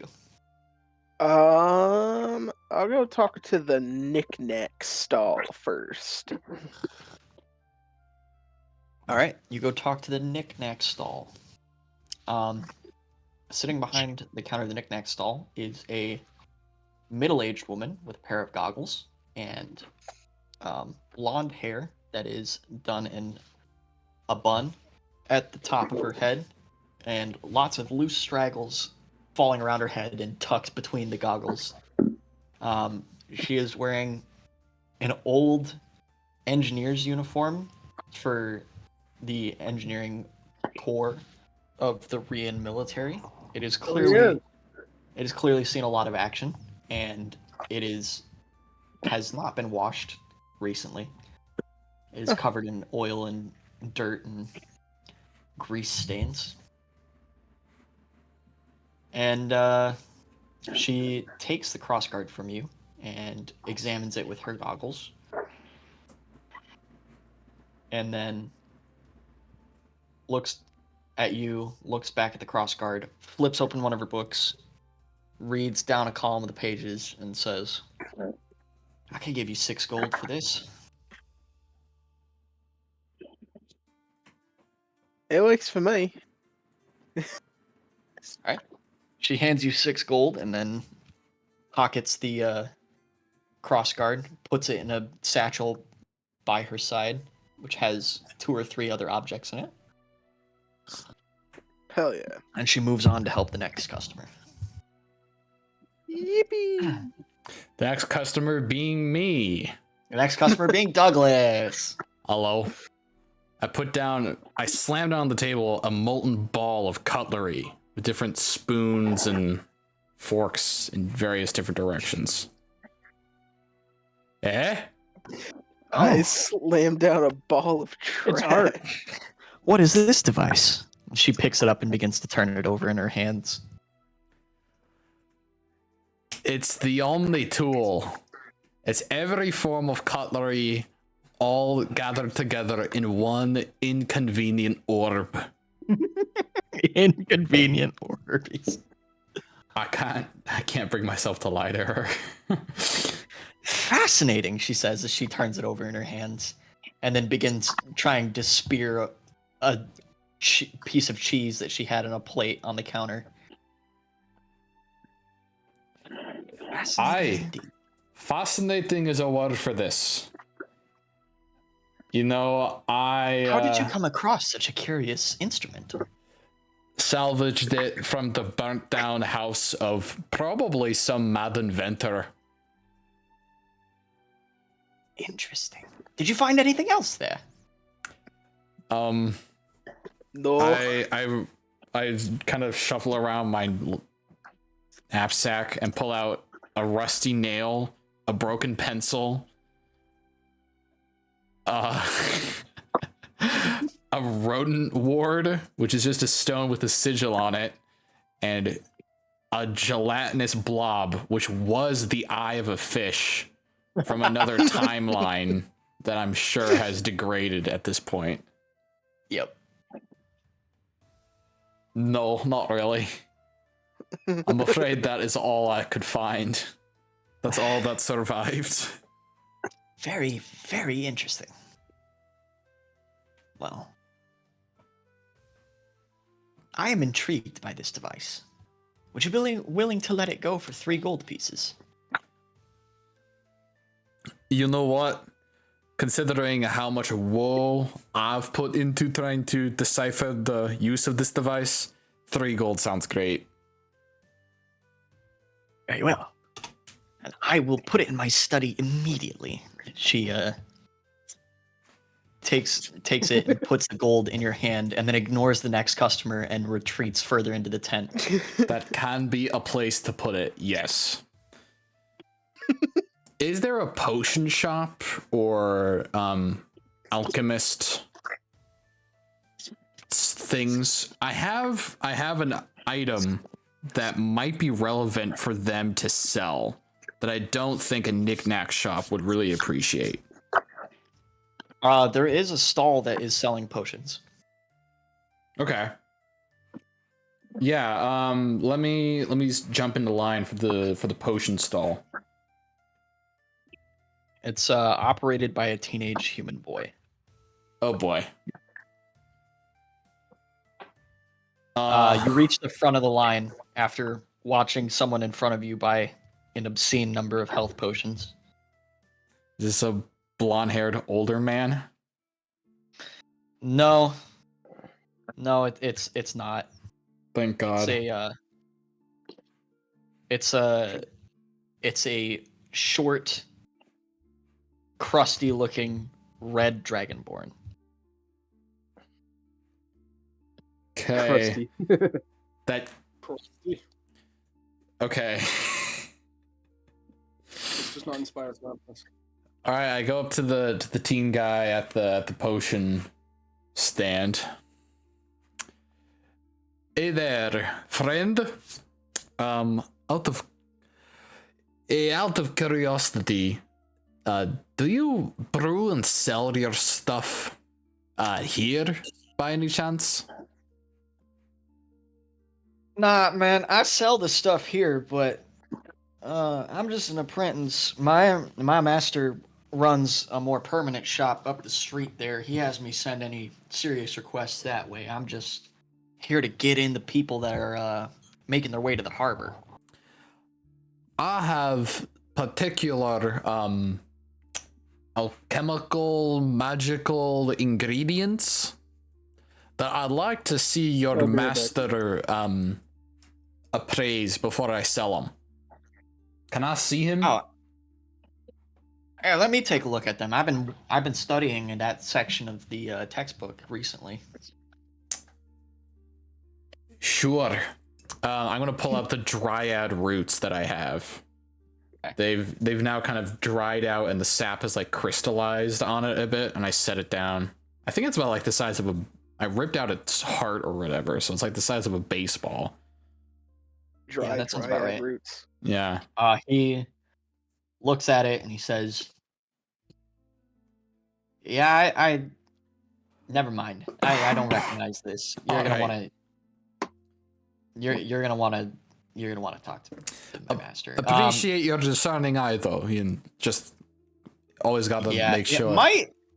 It might just be a weird piece of wood, but I don't recognize what kind of wood it is, so I don't want to steer you wrong in case it is alchemical or magical. But I don't recognize it, but I also did just start training for this particular application of alchemy. Right. If you go down that street, it's the 4th shop down. It's Potions by Oswald. Okay. He could probably help you if he's not brewing currently. He gets a little weird when he's brewing. Aye. Well, thank you, Mr. I don't believe I ever caught your name. Charles. Mr. Charles. Tiger, stop. Thank you very much. And I'm going to hobble down to the apprentice, where the apprentice pointed me. Right. You hobble down the street. I'm going to follow you. Yeah, come on, man. You hobble down the street, followed by Cassidy. With my 6'4"? Huh? Hobbling down the street in my 6'4". Oh, dwarf, get out the way. Get out the way, dwarf, get out the way. The disappointment. I don't have 6 of anything, but I have 4 buckets. Hey, maybe you can help me break a good deal out of what I'm selling here. I mean, I'll try my best. I don't even out that is. He just kind of looks like a lump of wood with crusty bits on it. It's a lump of it. That's exactly what it is. I tore it off a random tree, and I'm trying to sell it as a dryad heart. I'm an expert on this, and that is wood. Great. Ernest shows up out of nowhere. Hi. Right, well, let's try to sell this, I guess. Great. The 3 of you enter Potions by Oswald. It is a tightly packed shop filled with potions and ingredients on the shelves. And a short distance in, a bar with stools where an older man with a large mustache sits at the counter. Behind him, you can see the building extends further into kind of a workshop where you can see brewing stands and other implements of his craft.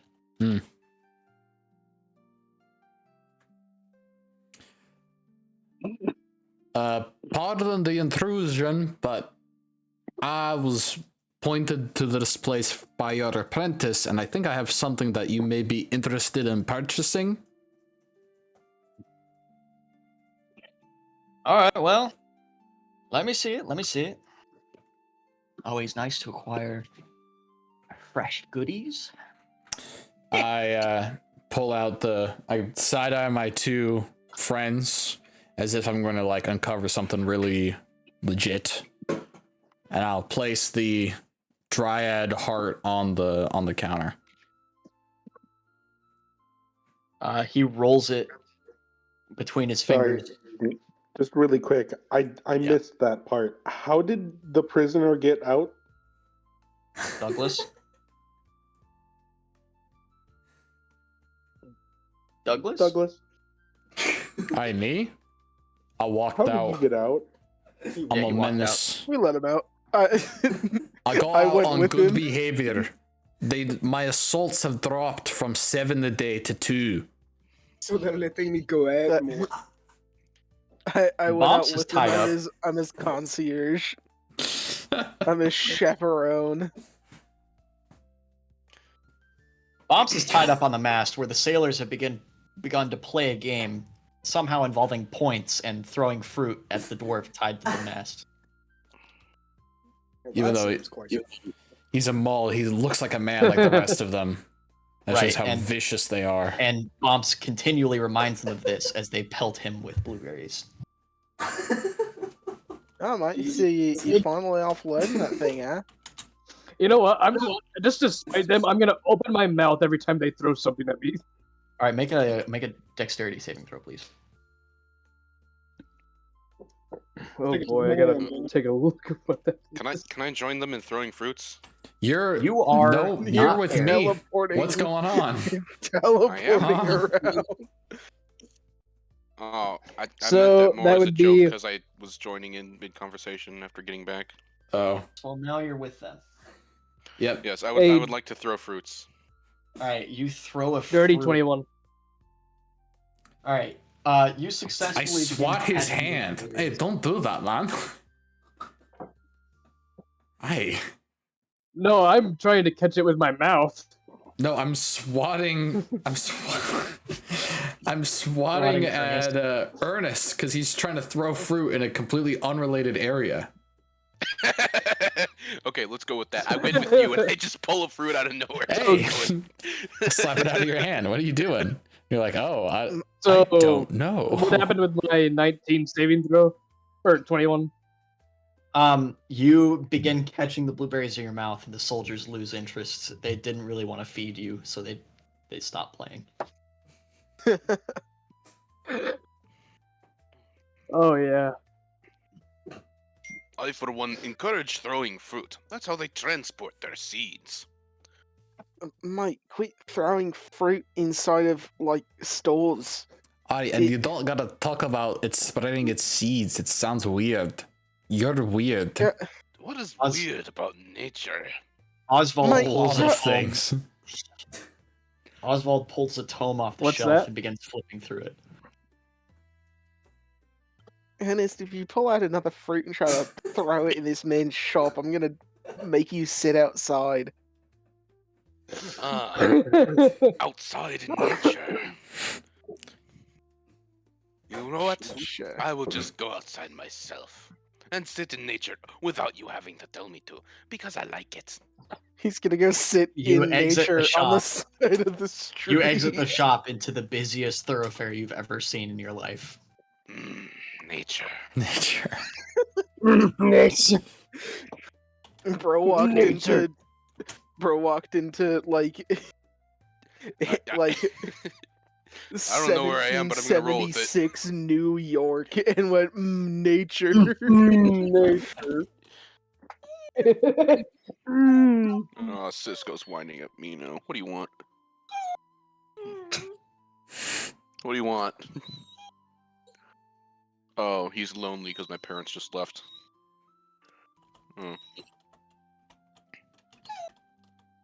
Oh. Aw. Nature.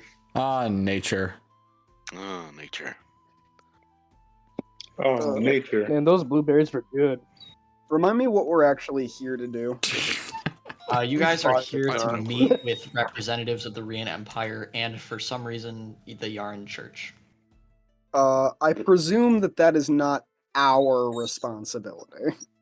Not necessarily, no. But if everything else has been an indication, somehow you feel like you're gonna get dragged into it.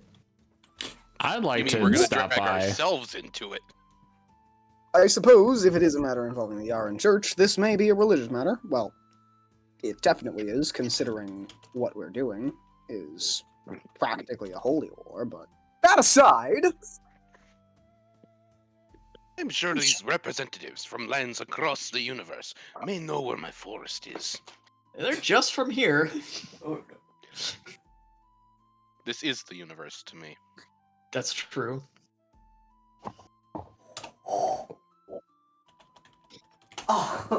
Bro does not know about the infinite multiverse. After a few minutes, You're right, I Oswald don't. closes the tome, puts it back on the shelf, and says, "So what you got here is the heart of a dryad. Did you get this from a more humanoid-looking tree?" The tree was also attacking me. So, yes. That makes sense. It's a somewhat rare spell component. This one looks artificial, though. Does it now? This one was generated through an act of summoning magic rather than through the natural life cycle of the dryads. Near as I could tell. I don't know what school of magic they used to summon dryads. I'm not familiar with that aspect of the arcane, but I do have some colleagues that have talked about this before. It is, as far as I'm aware, a useful spell component. However, I don't know if the artificial nature of this impacts that in any way. So I'm going to refer you to one of my colleagues further down the street. I'm beginning to sense a pattern, guys. Okay. What shop is he at? 2 shops down, make a right at the end of the alley, go up the ladder to the next level, and it's the 3rd shop on the left. Huh? There's a lot there? Oh. It's alright, mate. I got the directions. Thank you. Alright, well, thank you very much. No problem. Make sure you tell him that I sent you. What's your name again? Wait, no, I don't say that.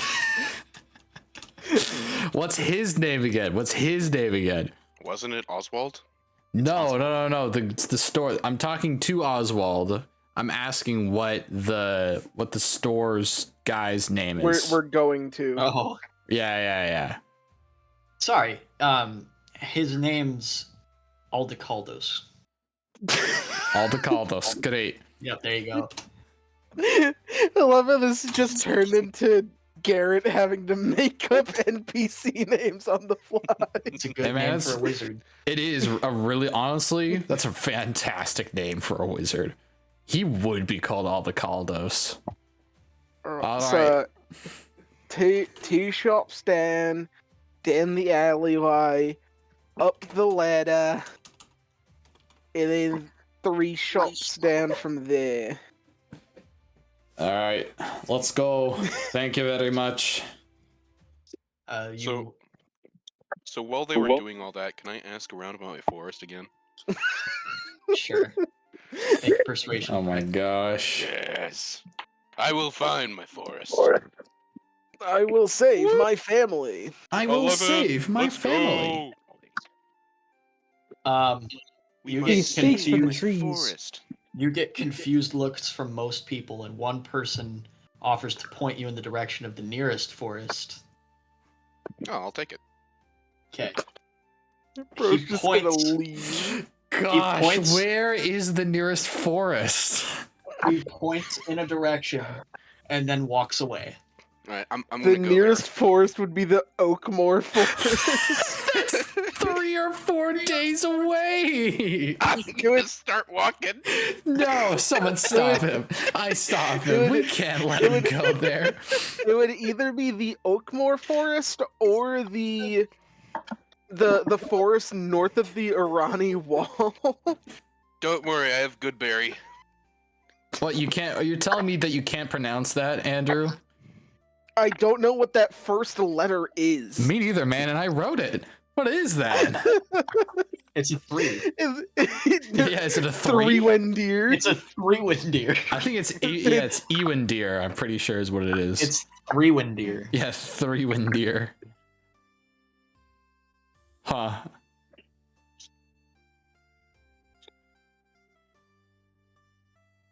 Yeah. Okay. Joseph, you begin walking in that direction.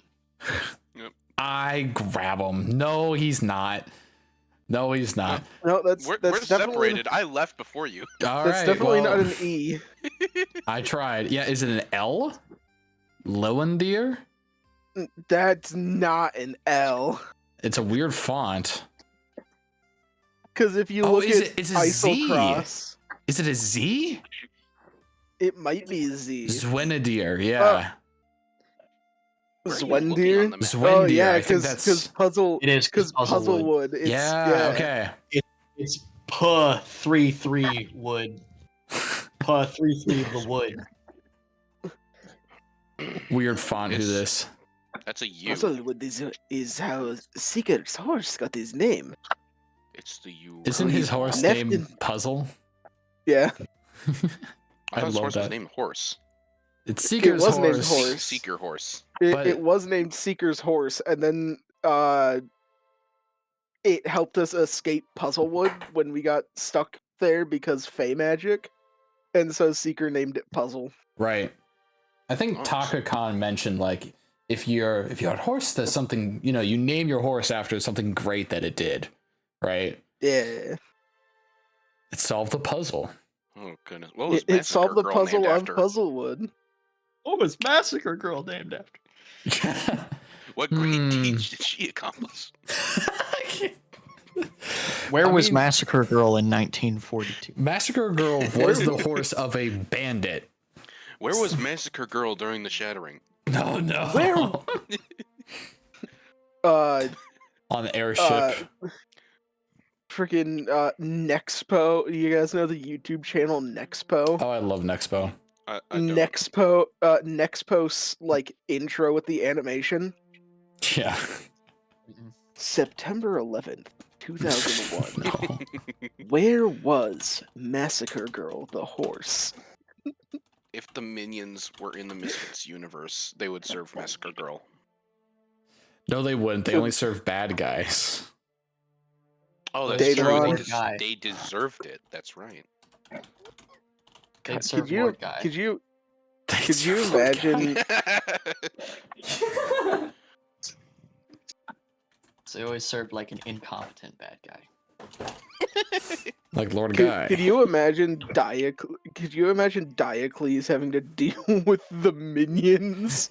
He was like, this is why I want to get off of this prime material plane.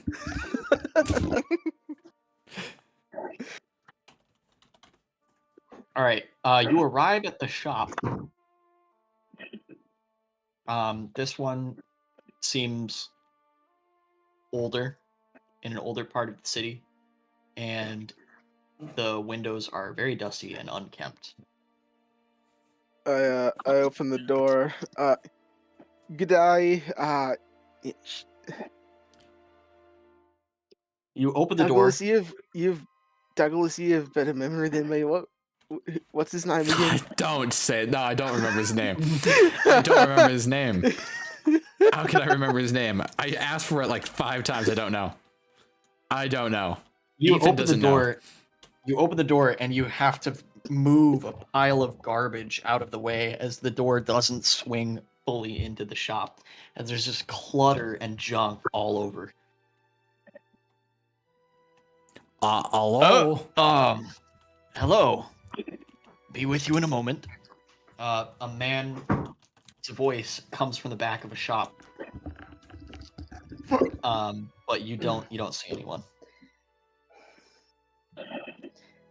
He said he'll be with us in a moment, so I guess he'll show up in a moment. An emerald green beetle flies down from one of the bookshelves and turns into a man in front of you. Hello. What can I do for you? Well, we got this, and I lift up the dryad heart of a dryad, but it seems to be made synthetically, and we brought it to a friend of yours from the potion store down the street, and he said that you would be able to appraise it and give us a good estimate. Yes. Let me see. He picks it up. Yeah. And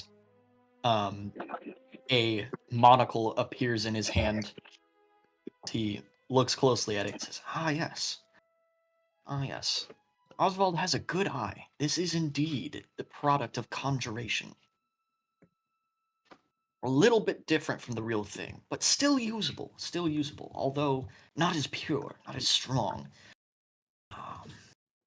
Dryad hearts are hard to come by in the first place, so oftentimes these are what you find.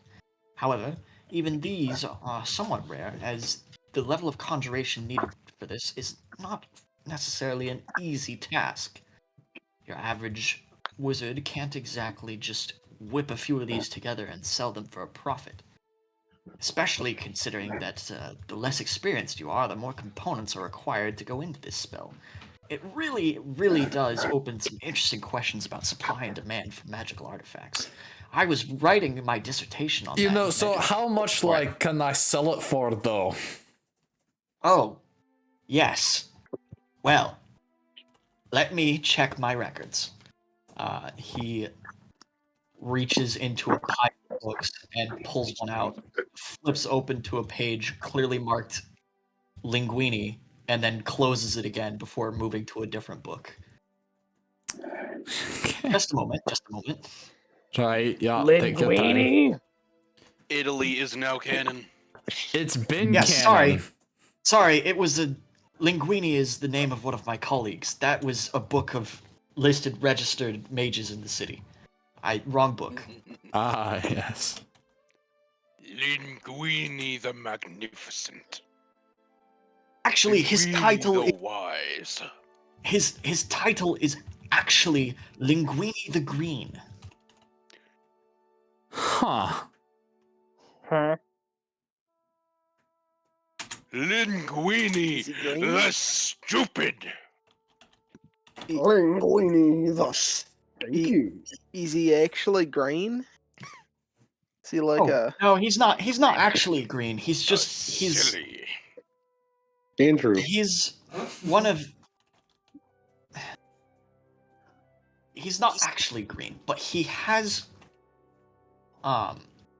His theories are influenced heavily by druidic magic, so we call him the Green to reference that area of study, as it is what sets him apart from his colleagues.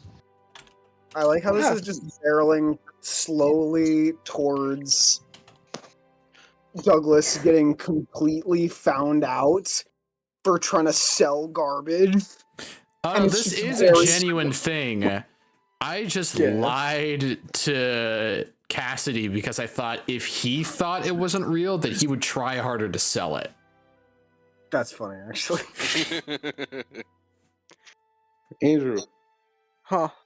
My credit score went up to 797. Woo. Ah, shoot. You and I are... Also, I'm going to get $321 on my City Card rebate check. Nice. Michael's catching up to my credit score. I gotta... What's yours? I think you actually might be like 2 or 3 ahead of me. I gotta book it. I was going to say, damn, bro already has an 800 plus. Yeah, I don't have 800. Michael's Here King. Here King. Well, guys, I guess that's it. I need to buy some more Raising Canes on my credit card to get my score up. Yo, Garrett, can you metagame and tell me if Linguini the Green Druid is part of my backstory? He's not. Darn. Yo, Garrett, can you metagame and make Liliana my wife? She is not. The Saint? She is not actually a saint in this timeline. Oh. Because she's still alive? Make a history check. Ooh, or actually make a religion check. Let's find out. 14? Wait, do I add anything? Nope. 14? 14. It's a religion check. Do you have anything? Nope. Go +0. Alright, 14. Yeah, you've never heard of a Saint Liliana. Dang it, so I'll never know if a teenage orphan killed herself. Like they did in the main timeline. I'm from Versilia around I was gonna say Canterbury because that's what it used to be called, but Yeah, because Canterbury it's like having a town named London. Condit. Like, It's now called Swan Hall. yeah. So that's why I couldn't find it. Is Barconian alchemy a thing? In this timeline? Yeah. Yes. Cool.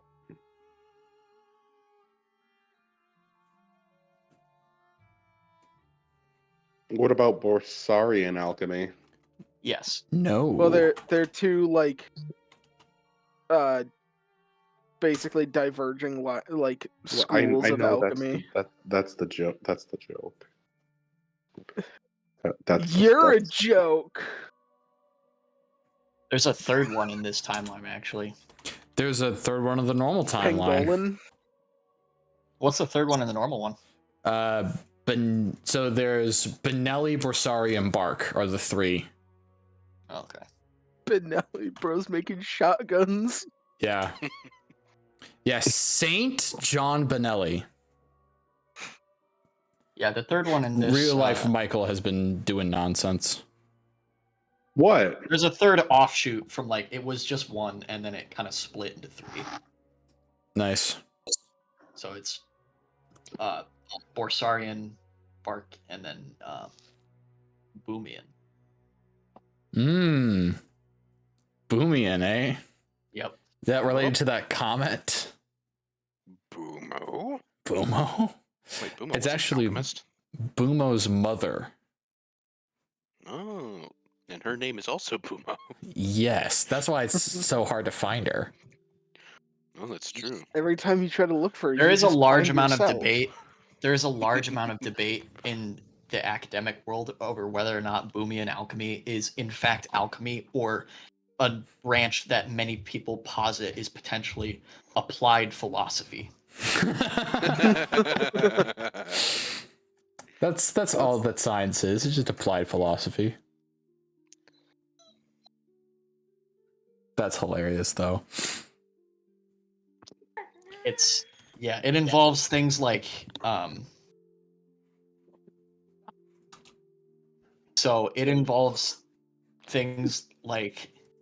so you know how you take in the other tenets of alchemy, you like take properties, you use magic to take properties from one element and add it to another element. Mm-hmm.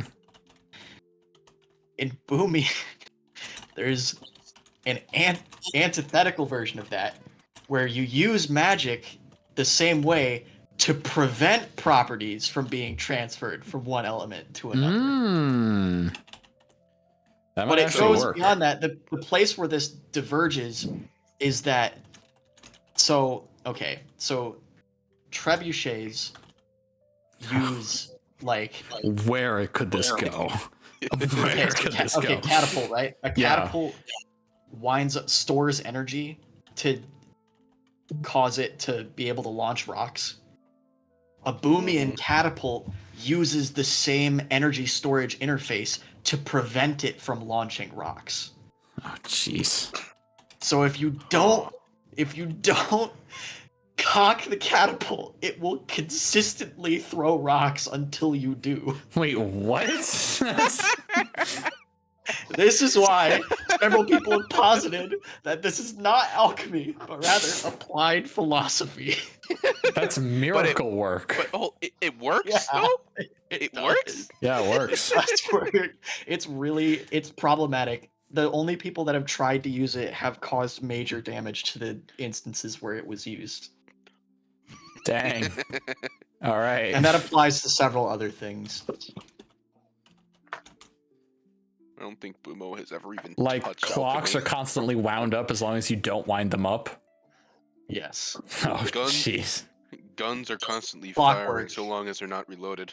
It's anti-clockwork from Victoriosity. Yeah, that's great. Wait, so is this kind of like Schrodinger's alchemy then? No, it's I basically took this idea from a audio drama they listened to where they have a thing called anti-clockwork, where instead of having a clockwork device, there are clockwork devices where you wind it up to power I think what they say in the show is to power a device's motion articulation and general reasoning capabilities.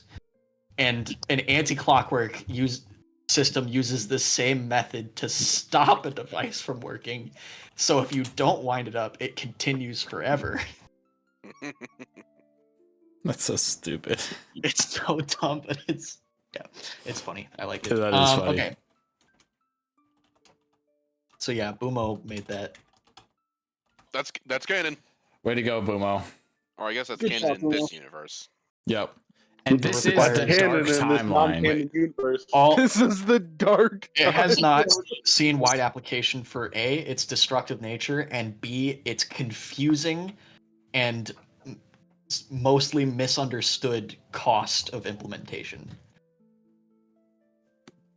Like, I could just, there are very few applications that people have figured out how to actually get it to work. assuming Thomas's kids exist, I just imagine Thomas is like, oh, hey, it's cool that there's another alchemy system that exists. I have no idea how it works. It really shouldn't work, but like, okay. And like 7-year-old He died. Magnus is like 7-year-old Magnus Bark is sitting over a table strewn with notes like, how? There have so far been 2 successful devices created with this form of alchemy. The first one, Bumo's catapult, made by Bumo. And the second one, a replica of Bumo's catapult, made by the entirety of the Alchemist Guild working together to try and figure out how on earth this worked. And they figured it out, but they can't make anything else with it. Ethan, Yes. you're the music man. Am I? Aren't you? You listen to a lot of music. Oh, sure. So are you familiar with the song American Girl by Tom Petty and the Heartbreakers? Yes, I am. Okay. I heard that song probably not for the first time, but I just didn't really remember it when I was driving home from my brother's house today. And I saw it, and it made me think of American Boy by Estelle.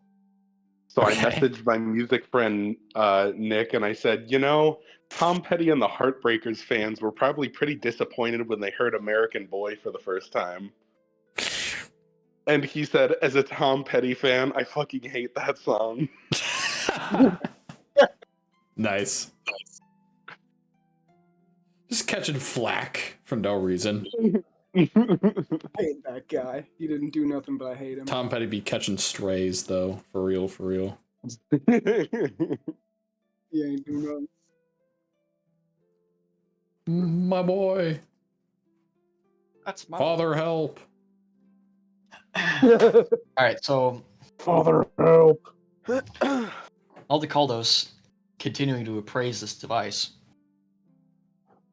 says, according to my records and the current state of market pricing for artifacts of this nature, I can give you 20 gold pieces for it.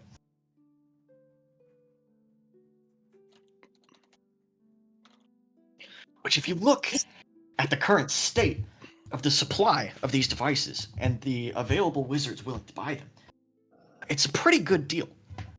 Prices have gone up recently due to the burning of the forest to the south. Why do you have to say that? I would like to. Upon him saying that, well, it stands to reason that if stock has already gone down because of the recent forest fires, wouldn't stock continue to go down or stagnate, therefore raising the price more because the demand stays the same? The forests are burning. Potentially, though not assuredly. There is a chance that people will begin to establish stronger trade routes to the other forests, and in that case, prices may plummet again. I did not hear the first half of that because my internet dipped. He said, I don't know, maybe, but it could go down. Could I try to persuade a little bit? Sure. Let's see. The closest Would it be Lanithir, the forest that's burning down then? No, it's not on the map. Oh. Well, I'm gonna try to persuade that.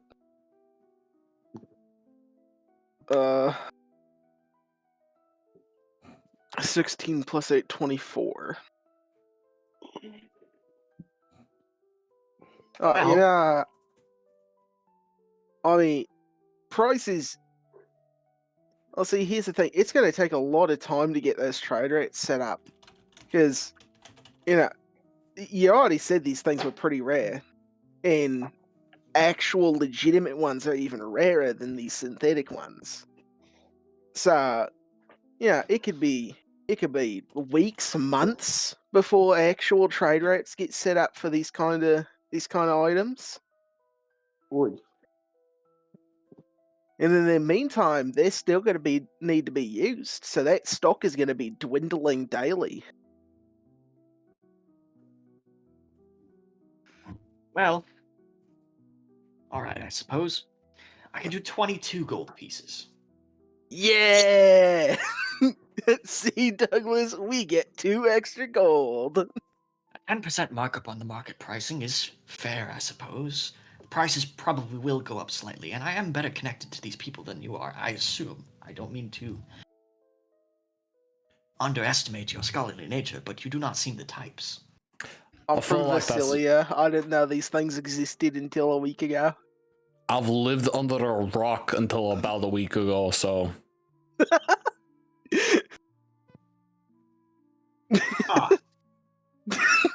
I take it. He We take it on exchanges a run. and looks confused at you before he says, "Stop again soon," and then turns into a beetle and flies up to one of the other shelves. That was a really nice human earnest.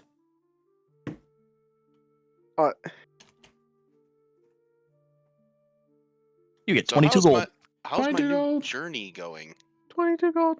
Yeah. Have I made it? Have I made it to Virage yet? You Yeah, make a can wisdom I- saving throw, You are please. dead in a ditch in Can I- my. can I I have s- 69 gold now. Sorry, which saving throw? Wisdom. From him. Wisdom. Let's see. Yo, 18. Let's go. Oh wait, no, hold on. Hey, Not Douglas. 18, 22. Yeah. I was Can just I looking at can the I score rather than snatch the saving 2 throw. gold that I managed to swindle from him? Yeah, there you go. Hell yeah. Although that does mean I don't have 69 gold anymore. Nice. No, you know what? I'll find, actually, if I convert, wait, no, this is perfect. If I convert my silver to gold, then I have 69 exactly. So there you go. So you take, you get 2, I'll reduce that, and I'll turn my silver into gold. All right. Hell yeah. It's worth the bit. Joseph, Yeah, 22 wisdom. you make your way down the road in the direction the man pointed, and you do not fall for the several scams that you pass. I only fall for my own scams. Thank you. I only fall when I trip. Thank you.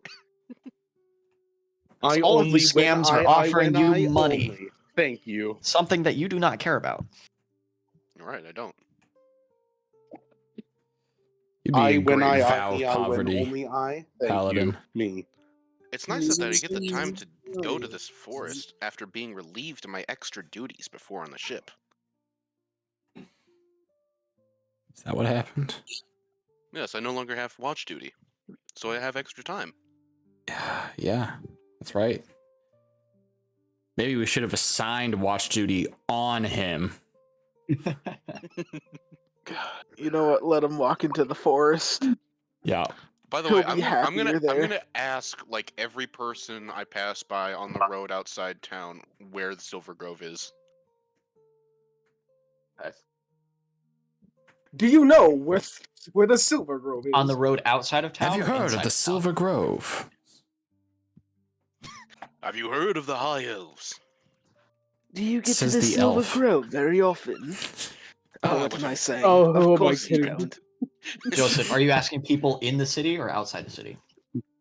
Both, I guess. So on your way Just- there, you're asking them. just just people on the way. Okay. One of these people says, "Yeah, I know where the Silver Grove is." Oh, splendid. It's the Yeah, playwright. Don't trust him. Nah, it's in this it's in this district actually. It's down that street to the left. Go It's gonna be a brothel. go into the building on the left, and then tell the barkeep that you're looking for the Silver Grove. Ah, thank you very much. Does ragamuffin work here? Here, I have a gift, my most prized possession. I give him the toxic mushrooms. Oh, thanks. I guess. Well, they might also be healing mushrooms. I don't know. What is happening? Oh Just wait. farted. My most Oh. prized possession. Oh.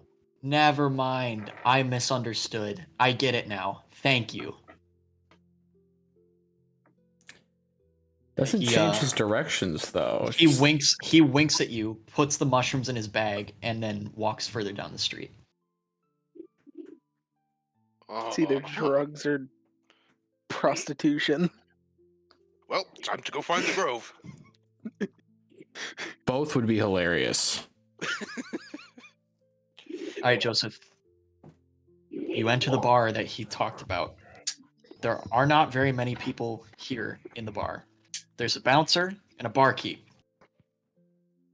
That's pretty much hello, it. Good sir. What do you want? I was told I could find my forest, the Silver Grove here. He nods to the bouncer, and the bouncer begins patting you down. Here, Are you gonna let me hand you my Mr. mace Bean your and my way into some hand axe. great conspiracy? You hand him your weapons. This is the plot of the Pink Panther movie. I just want you to know. The bouncer puts the I have a weapons in mace and a crate. hand axe. Yeah. The bouncer puts the weapons in a crate with several others. Oh, also a Oh shield. my gosh. Bartender gestures around the counter. Oh my and gosh. swings the door open. He's going to die. Thank you very much, sir. He's going to die, and we're gonna watch it happen. It's been so like long me the first since I've time. seen Editor, can you put a live leak image like right on screen? You're the editor. Yeah. I can't wait to see my animals again. Alright, you walk around behind the counter, Just focus on your animals, buddy.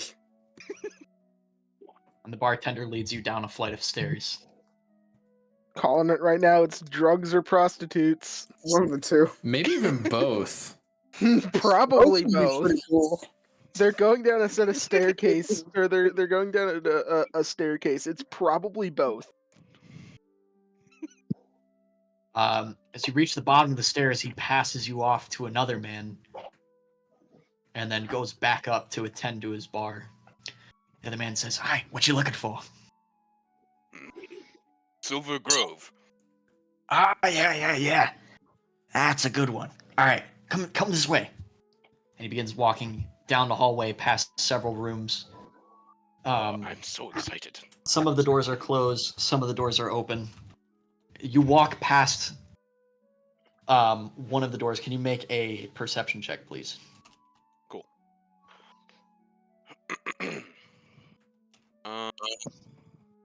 Dirty 26. Okay. I think it'd be funnier if I missed it though. Can I fail on purpose? No. Oh. You walk past one of the doors, and a man screams from inside, says, "No! No! No! No!" And you look in and you see Requisition Rick curl into a corner staring at you with terrified eyes. This is the worst trip he's ever had. Imagine you chloroform someone, you get caught, and you're like, I don't know, kicked out or something. You were really stressed out.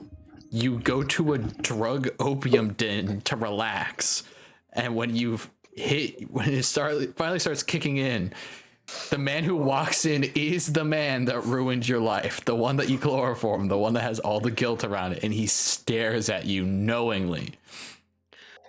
And I don't know anything. I don't remember it. Yeah, you don't remember a single thing. Frickin' Rick. Are you interested in the Silver Grove as well? He closes the door. You are always welcome in my forest, friend. I'll be The man waiting leading for you looks at you quizzically and says, "So, why the Silver Grove in particular?" It is my home. I belong to it.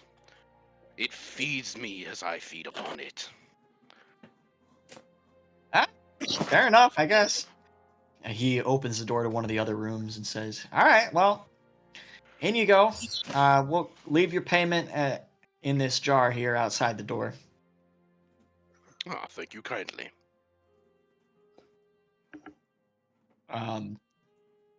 He lights a brazier in the middle and then walks away.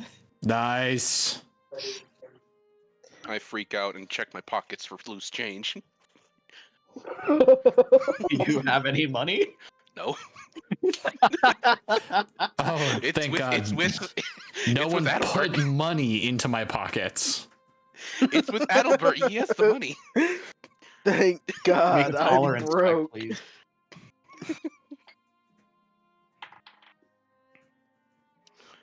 Tolerance, 7. you said?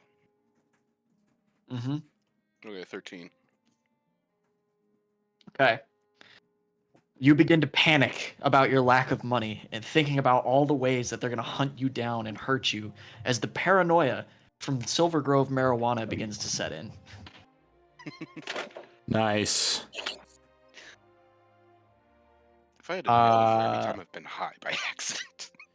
Why is it always in these Sorry, campaigns, did he just man? go get hotboxed by accident trying to walk back to the forest? Yeah. Yeah, that's exactly what just happened. Oh. You can at least pretend to be surprised.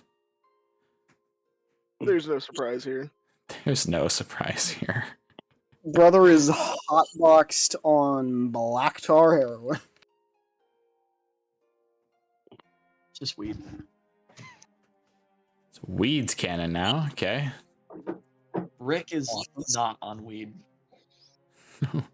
Rick is on requisitions. Rick is on requisitions. On chloroform. Going through something real. Never get high on your own supply. It's like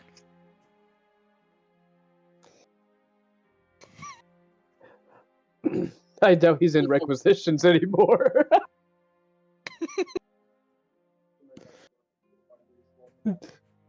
So just, what do we call him? Rick?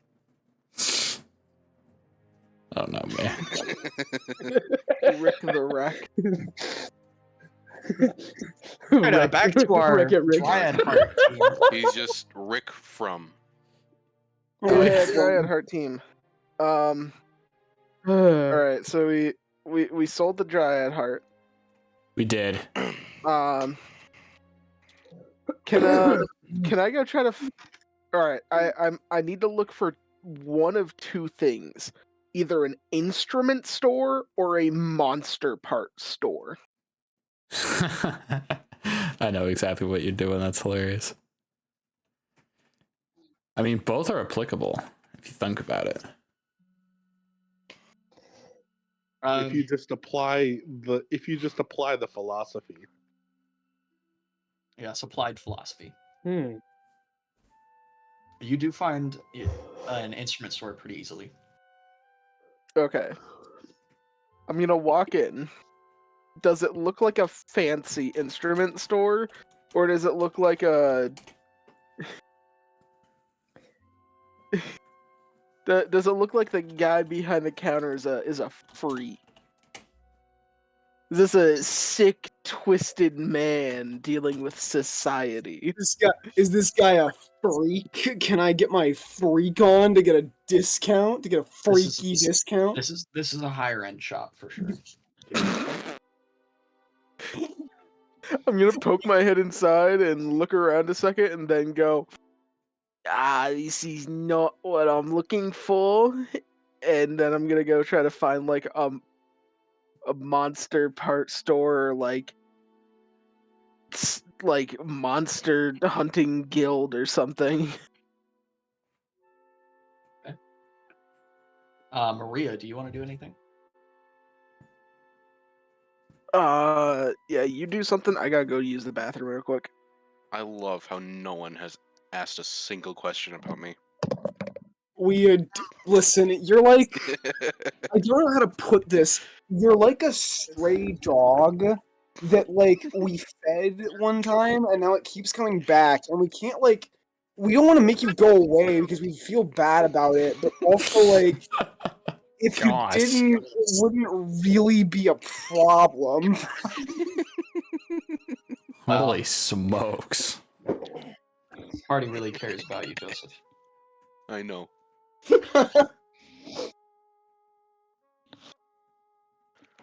You're an adult. This is me eating blueberries on the mast. You think I can? Yeah, take Bombs care is of living the myself? life Don't. compared to what everything else is going on. Vibing. Bombs is tied up. Yeah, I do not, I'm literally eating blueberries while tied to a mast. I do not have all that much to do right now. Honestly, I'm kinda just around. I see this as an absolute win.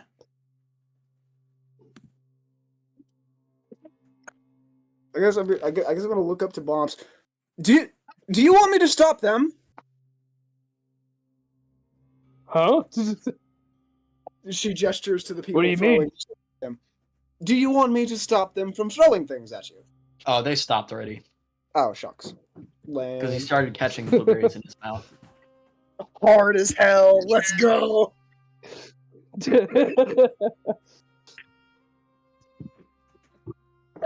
So what are you gonna say now then? Well, in that case, I'm not gonna let you down because you're up there for a reason.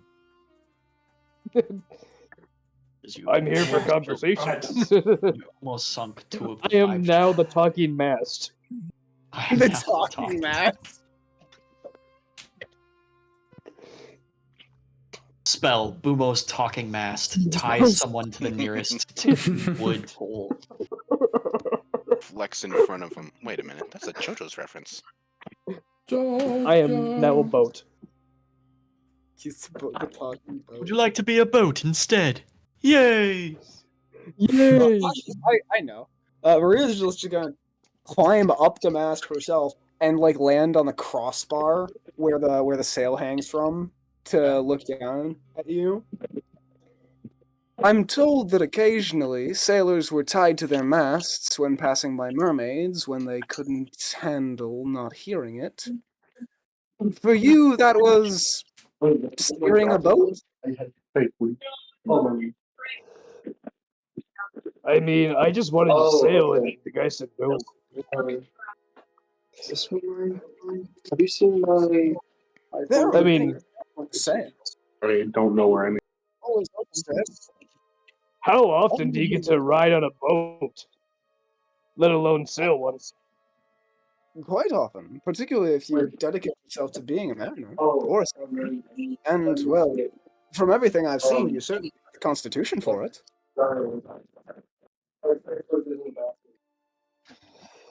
I asked nicely. He said no.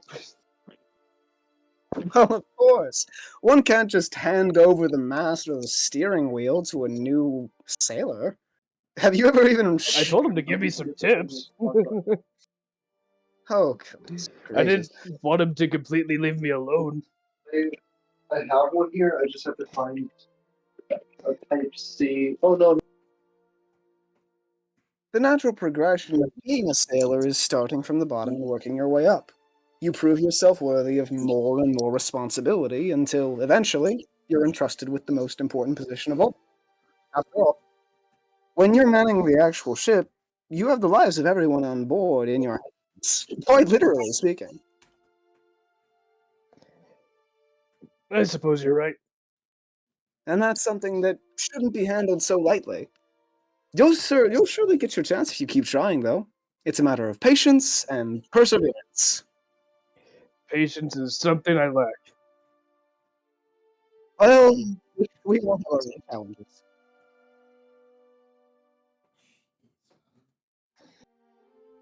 At this point, Kieran walks onto the deck,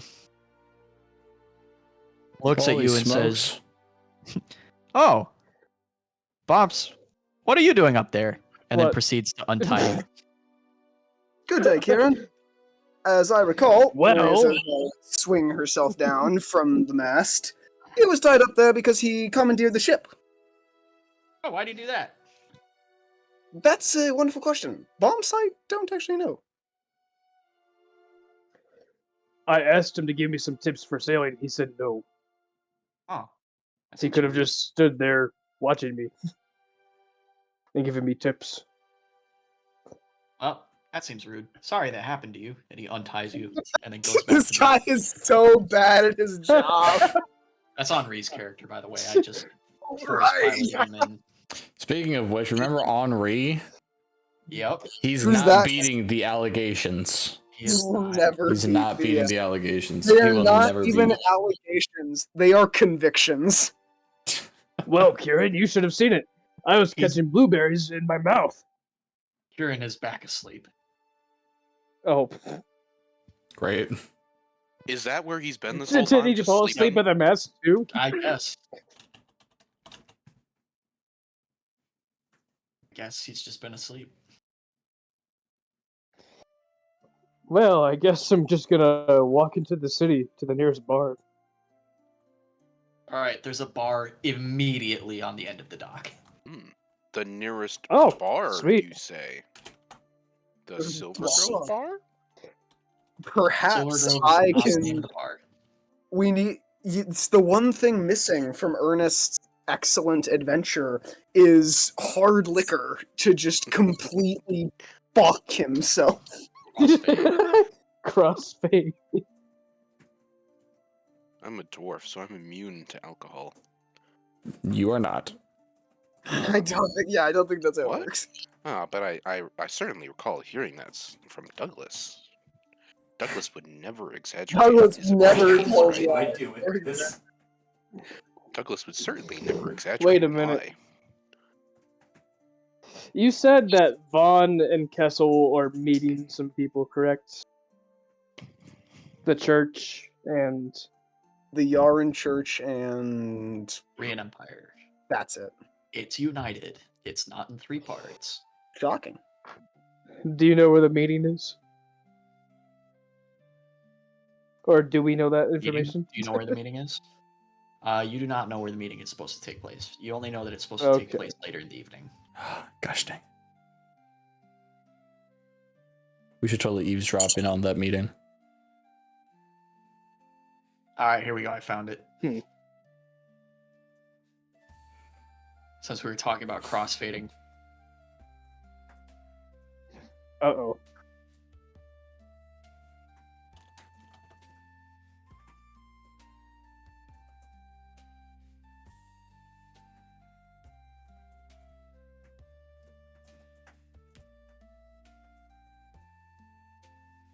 I remember those videos.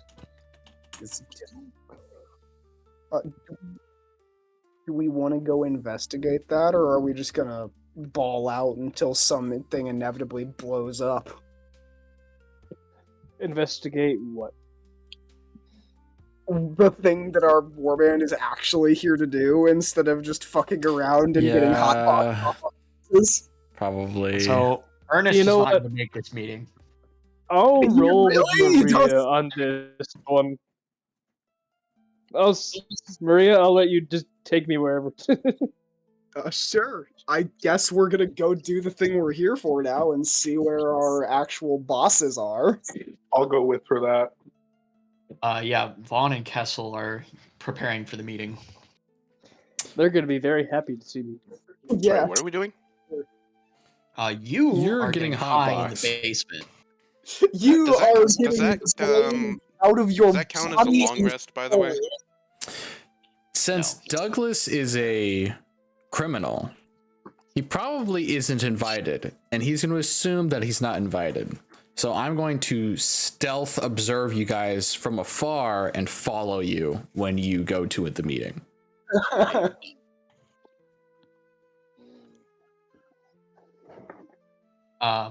Okay, cool. So Vaughn and Kessel 20 seconds.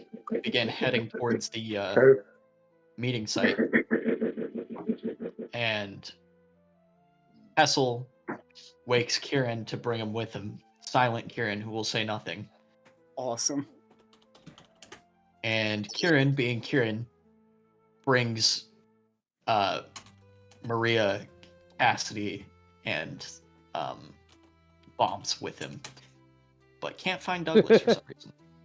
Damn. I wonder why that is. Good. Surely the dog will come back. On we go. I don't know where Michael went, but Go on. So as you guys follow Vaughn and Kessel and a couple of the other Jarl's Guard, you make your way to a large domed building with several wings and very resplendent gildings and marble statues. A Church of Yara, it seems. Correct. This is Looks expensive. This is the primary church of Yara for the Rian Empire. This is it. This is the big one. Expensive is right. There It's like are the Vatican, but 5 different wings, stained glass everywhere, and a large dome over the center of the building. It appears this is where the meeting is going to take place. Or that's what they want you to think. Douglas sneaks in. Douglas, it's pretty easy for you to slip in undetected, as there are dozens of people coming in and out of this building. I'm going to investigate the building, looking for any traps, illusions, or secret passages. Okay. Make an investigation check.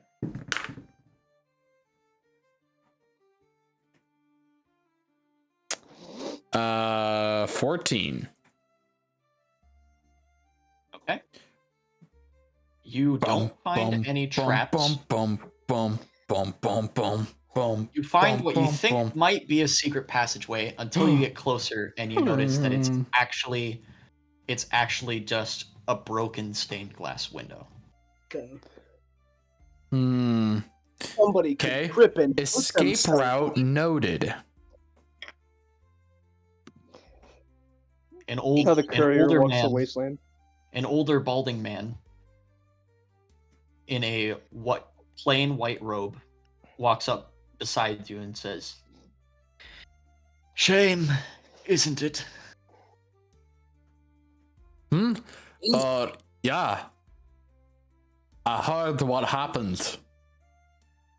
Such a beautiful work of art defaced. I do not understand the hate that is drawn towards Saint Sunlight. Yeah, it's a real stellar guy. You think so? As a Make a religion dwarf, check. that's 8. As a dwarf, I didn't know him, but I've heard good things. Interesting. Well, I'm glad that some positive tales made their way.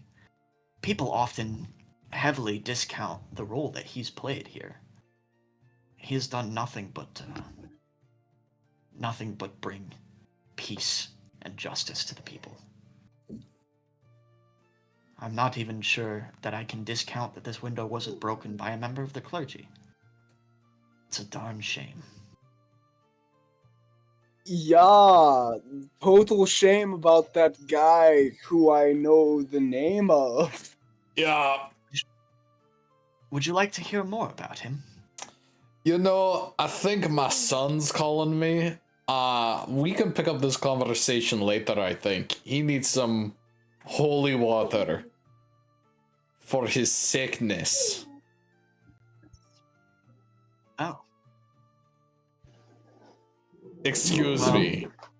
You might. Do you walk away as he's trying to talk to you? Yeah. Okay.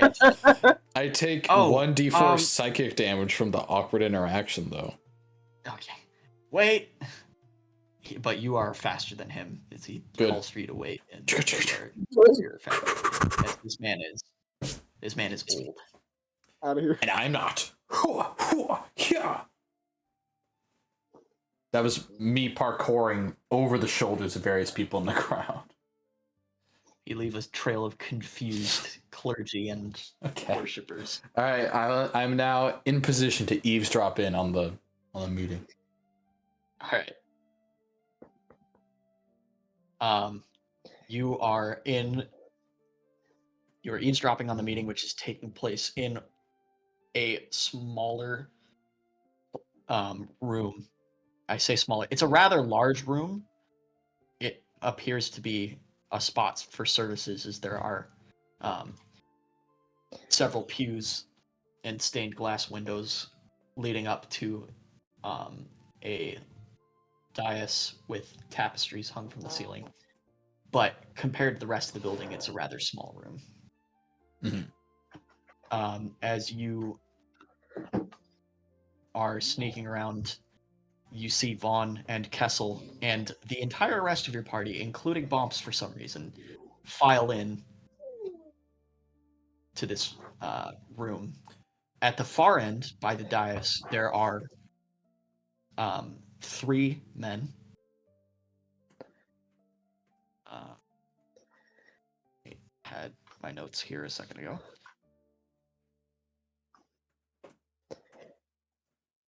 I wrote down all of their names. I'll be right back.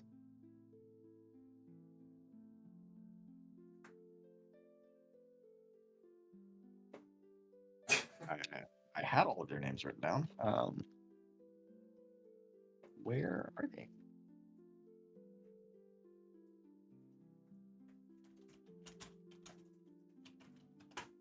Okay. I'm gonna put new names, I guess.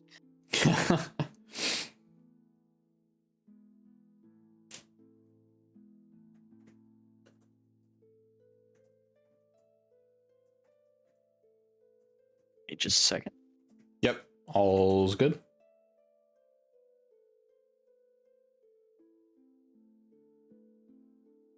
Yeah.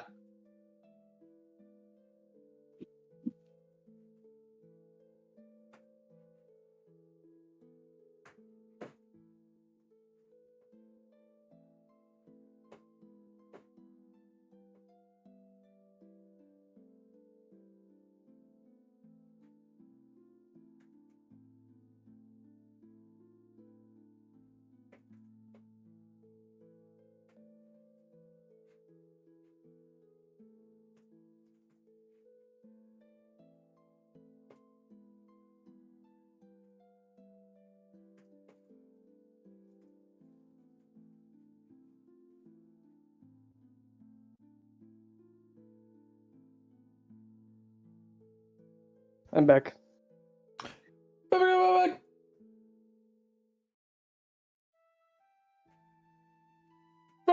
What I miss? The dropping on the meeting. Yes. An old man tried to have a friendly conversation with him, and he ran away. I heard that part. Okay, cool.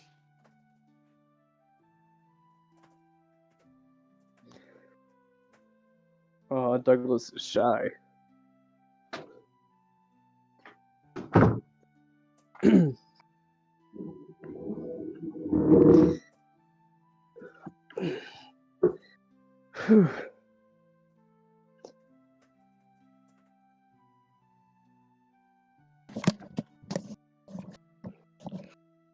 Alright, I'm back. My gut was very upset.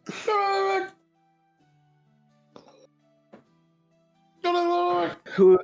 All right. Who have we killed? The meeting is starting up, and I'm eavesdropping in on it.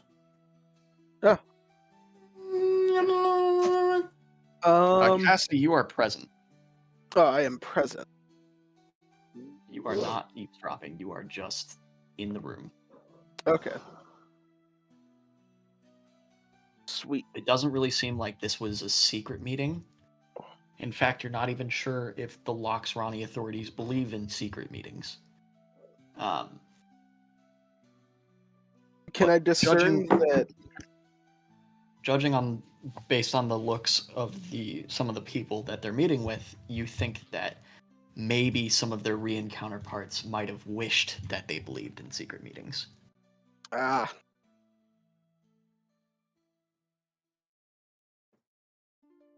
I guess am I I'll be right sitting back somewhere? again. Am I just standing in the corner?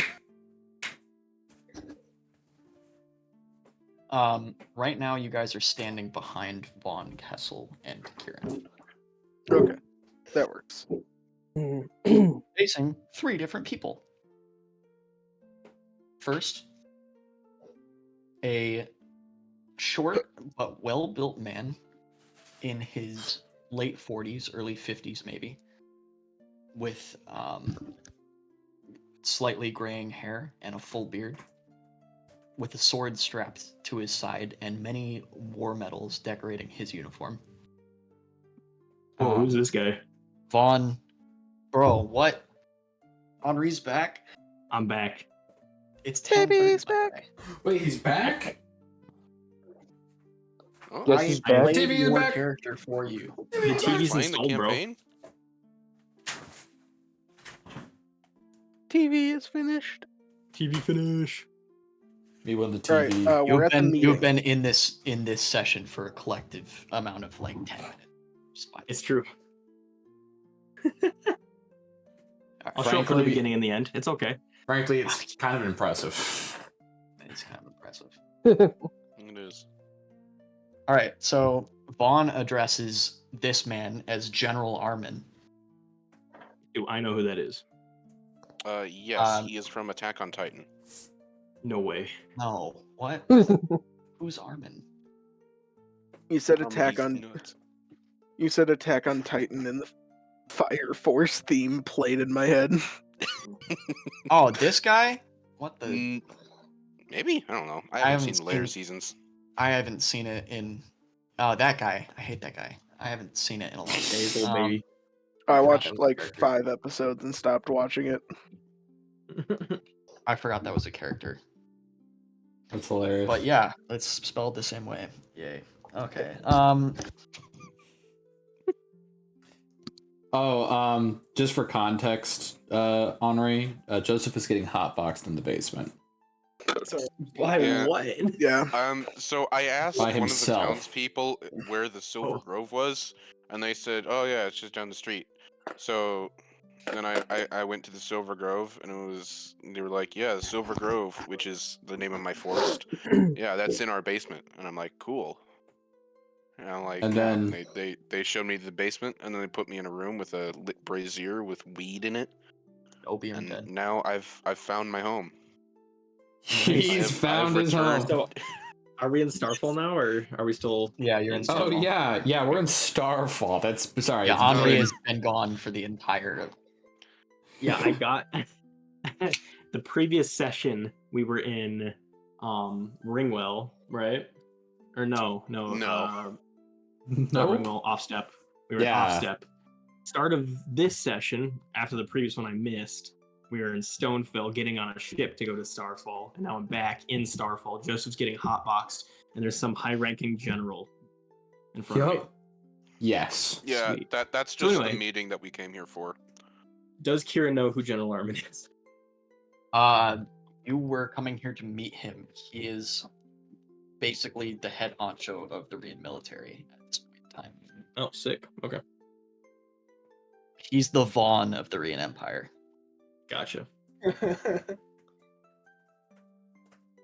Next to him is a tall man that appears to be maybe in his mid-30s. Okay. Very narrow features, wearing garb of the Yarn Church, with a embroidered depiction of a vine covering the front of his robes. Next to him is a somewhat less decorated younger man who is also wearing robes of the Yarn Church and appears to be his aide or something. General Armin introduces the taller man as Archon Briar, who bows slightly. Archon? Welcomes you all. Archon Briar. Yep. Cool. You are a con, Briar. Yes. True. He's a con man. He plays shell games in the alley. All right.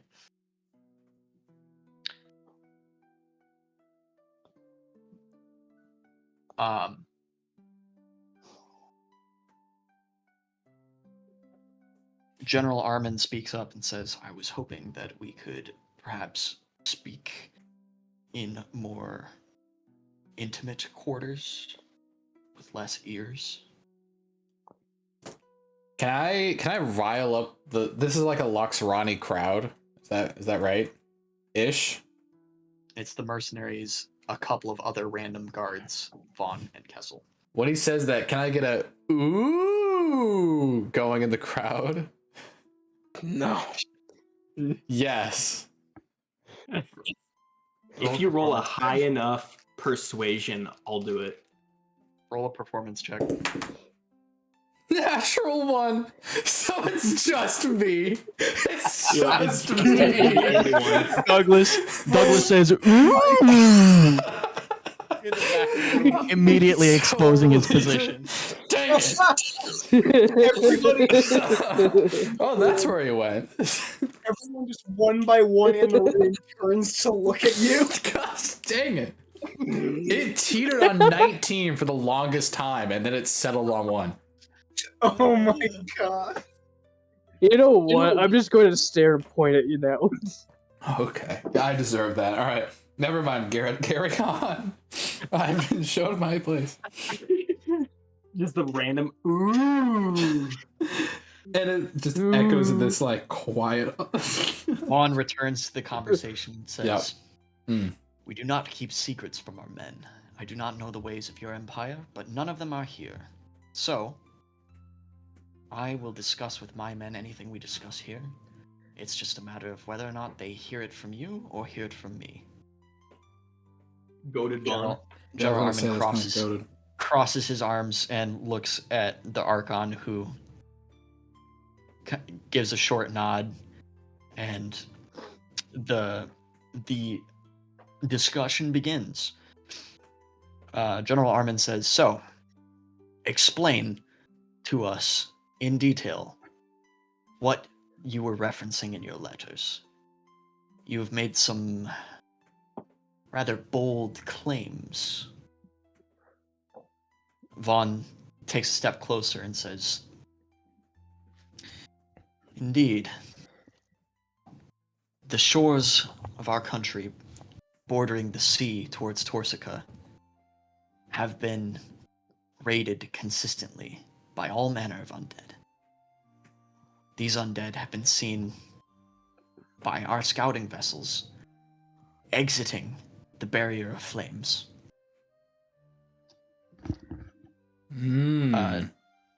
General Armin glances at the Archon, who's kind of snickers and covers his mouth in a failed attempt to hide his obvious disbelief in this statement. General Armin turns back to Vaughn and says, continue. Vaughn says, this is not something that we take lightly, and we are requesting a joint expedition into Torsica to create a staging ground where we can gather more information about what is happening. If the threat of Torsica is unleashed beyond the Barrier of Gold, then I fear, but not just Loxrana, but all of the northern countries.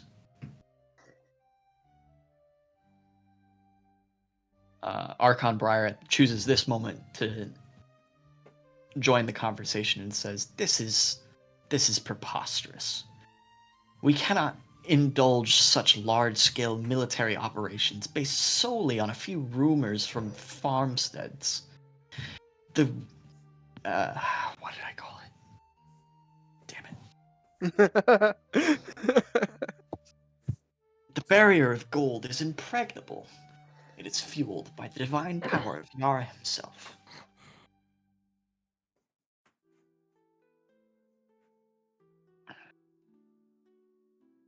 Vaughn turns to Archon and says, Nevertheless, it is happening. I have seen it, and I can confirm that it is true. Will you stand here and do nothing? And General Armin scratches his beard and says, If this is the case, it is a serious matter indeed. Do you have any proof of what is happening? Vaughn grows clearly more agitated, and Kessel speaks up at this point. He says, What kind of proof do you want from us?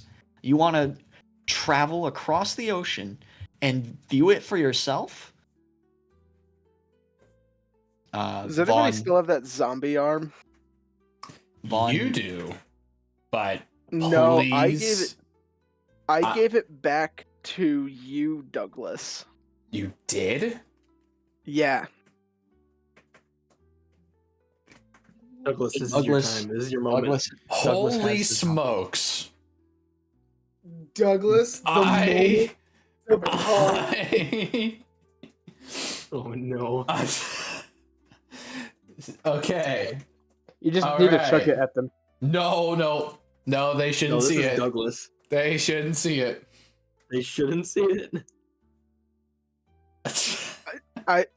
I'll give you an amazed that in. Henri still doesn't know. It's amazing. I'll give you an in. What in? No. I'll give you an in to come slap it down on the table and go, there's your proof. What's wrong with that this will army, change the Jim? campaign if we do that. You can, and if you do, then Douglas. That makes sense to Douglas. I mean, Douglas has forgotten about it. Wait a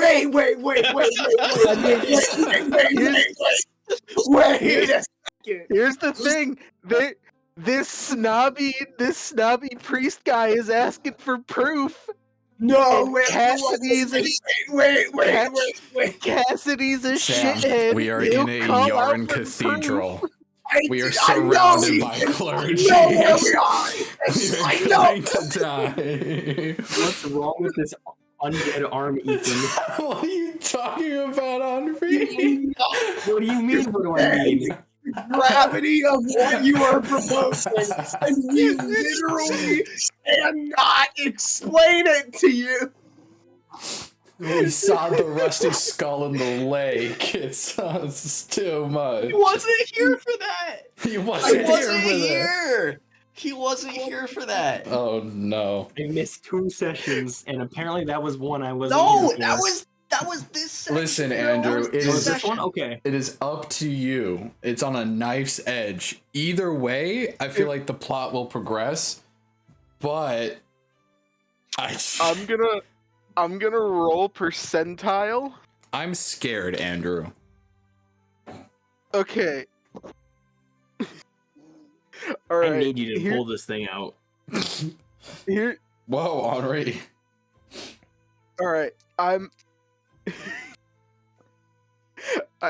need to see what I'm working with. I really want to do it, and I want to roll percentile to see if I should do it. Okay. Is it not enough to know that it would be in character to do so? I need. Okay, listen, guy. I need to confirm. Ethan. Yeah. It's I just you and me that know, right? Yeah, and Yep. Garrett. Oh yeah, of course, Presumably. like of Yes. course he knows. Yeah. They're What like are you slam it talking down, about? and the characters are gonna say something, and I'll be like, "Oh my gosh, I had no idea." Guys, we're so fucked. Yeah, What- and Henri, here's the thing. No, Henri. Sam, you also need to know that there are many players here where even if we reveal it, it'll be blank expressions. They'll be Yeah, like, I don't. Yeah, genuinely. Henri, if I was going to make Hold up. a character sheet for you in real life, I would give you a special trait that gives you triple disadvantage on insight checks. Honestly, that checks out. You are still Ethan- a wizard, though. This is ridiculous. Ethan, what are the pieces of Emdo? There you go. Oh, there it The is! heart, the eye, and the hand. The random zombie hand we got at the start of this campaign is the hand of Emdo, and me and Ethan gosh. It's sitting on- been me in and my Ethan- pocket ever since. Me and Ethan have been sitting on that knowledge the entire time. I have been clipping every time we Oh my mention it, and it's gosh. going to be a compilation now. Okay. Roll that percentile.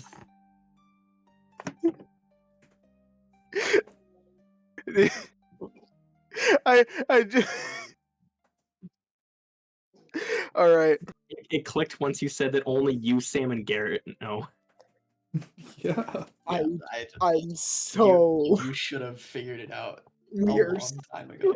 You kept saying arm though. That- I'm like, well, the arm isn't the hand of Emdo. I mean, have you seen the artwork for it? It is kind of an arm, but you just jam it up in there. I I don't suppose. even think I was there for that, and I got it before you, Henri. Oh my gosh. Bro muted himself. All right. Okay, yeah, it's a hand. Okay. It's like part and arm. Okay. I rolled a 73. So but Cassidy's better judgment kicks in and goes, I probably shouldn't slap down an undead arm in the middle of this table in the church. Holy shit. Oh my god. Oh my If I- gosh! So it goes If on. So we live, okay. If I got under a 50, I would have skulled Douglas in. So I can't emphasize enough that we were about to slap down the hand of Emdo in the the Cathedral of biggest armed Talos. church in the Yeah, entire that would be empire. That'd be different. and just been like, oh yeah, this thing.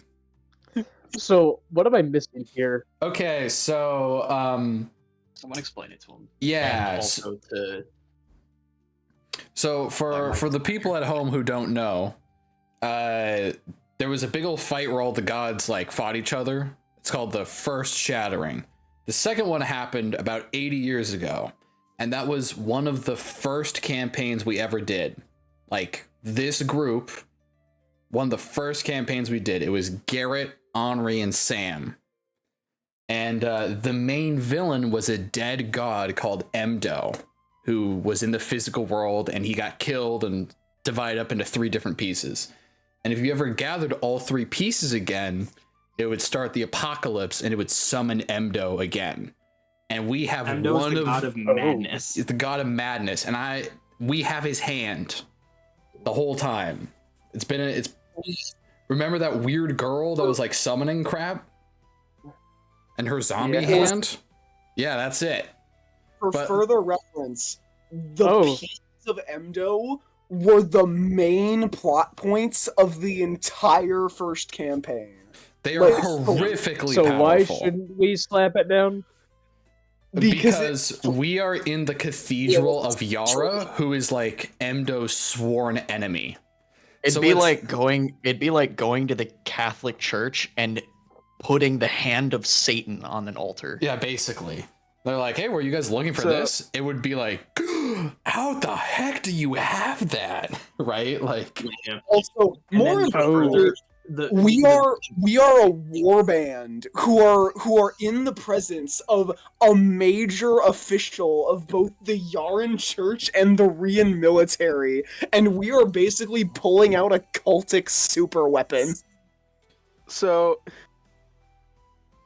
I will say. Thanks for clarifying. Yeah. So I will say I rolled above a 50, which means I'm not gonna call the zombie arm into play. However, I am gonna pull out the bone harp that we cut off that undead hey, there you go. thing. Hey, there you go. You know, that's a lot better. That's a lot better. The undead aren't coming over to look around. Well, how do you explain this then? As I throw the bone tendon harp on the table, that's very obviously cut off of a creature. The Archon kind of recoils a little bit and goes, "Gosh, why? Why? What does this prove?" That thing was in a crypt that we had to go investigate. There was a giant hole leading from the crypt into the ocean. Does the weird So, harp creature have a like, name that we know of? Not that we know of. I no. think we're just calling it the harp creature. Okay. So, sealed crypt from the outside. We go in and there's a bunch of undead and a hole into the ocean that was clearly dug into the tomb from the ocean. Okay. There are more necromancers in the world than just those that reside in Corsica. Yeah, but what necromancer is going to dig a giant cave from the ocean floor into a crypt? I don't know. Do I look like a necromancer to you? You look more like a necromancer than I do. You're more attuned With to that all kind of due thing. respect, Rose an Maria, early necromancer. Maria proceeds to cut him off the second he's starting to form the word necromancer in response to that. That is hardly the only peculiarity we've encountered in our expedition. Cloaked figures, illusionists, necromancers of the sort, and even those seemingly possessed of a devil. The amount of coincidences has been piling up rapidly, to the point that coincidence hardly seems fitting. The illusionist we are aware of, and we have been attempting to track him down. He has been causing a large manner of problems in this region. Invisible. But I fail to see how that has Killing anything hundreds to of do with thousands. Corsica. Would you not... Then tell me, sir, do you know his motivation yet? No, we don't know much about him. Just as we know very little about those who have been causing these attacks on our soil. So would it not benefit all of us to work together in trying to understand what threat may be befalling our people?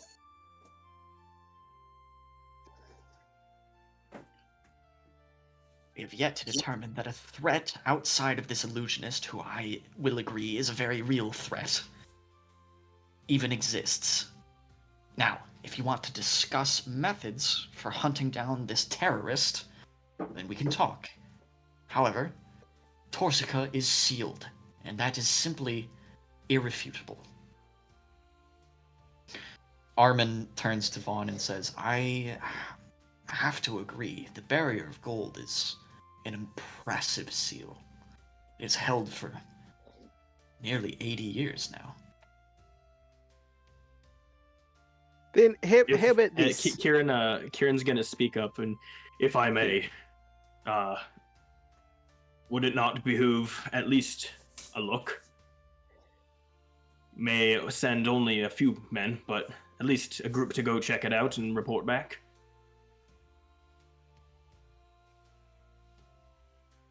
Yeah, it seems like a win-win. You don't got to send a whole bunch of people into Torsica. Just go check on it. I doubt you have people stationed out in the middle of the ocean watching the barrier, which is where these undead are apparently coming out of the barrier from. So let's go check it out. It's like what? A week's journey there and back? There and back again. A barrier of gold would be 2-day journey. General Armand says, "This may be worth it. I do not bear you or your kinsmen any ill will, but I fear you may have come for nothing. I will, however, send a few scouts.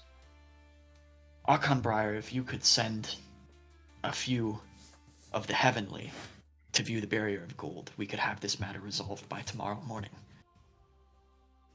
The Archon kind of shuffles his hands together and says, well, they are indisposed as of right now. Insight check? Yeah. Perhaps? Make an insight check. I'll help you. I have a proficiency. Sweet. If you guys My would have first- put the hand to Emdo on the table, the session would have ended right there. Good. My first roll was a nat 1. This one's a 13, so that's a 19 insight. We might He's definitely hiding something. Good It's chance. He's Are you not ready saying for the my word. player insight check? 100% Player Heavenlies are spy on Loxrana, right? No, actually. I knew he was gonna do The thing. But that's a good So- guess. I Be like, yeah. I narrow my eyes at the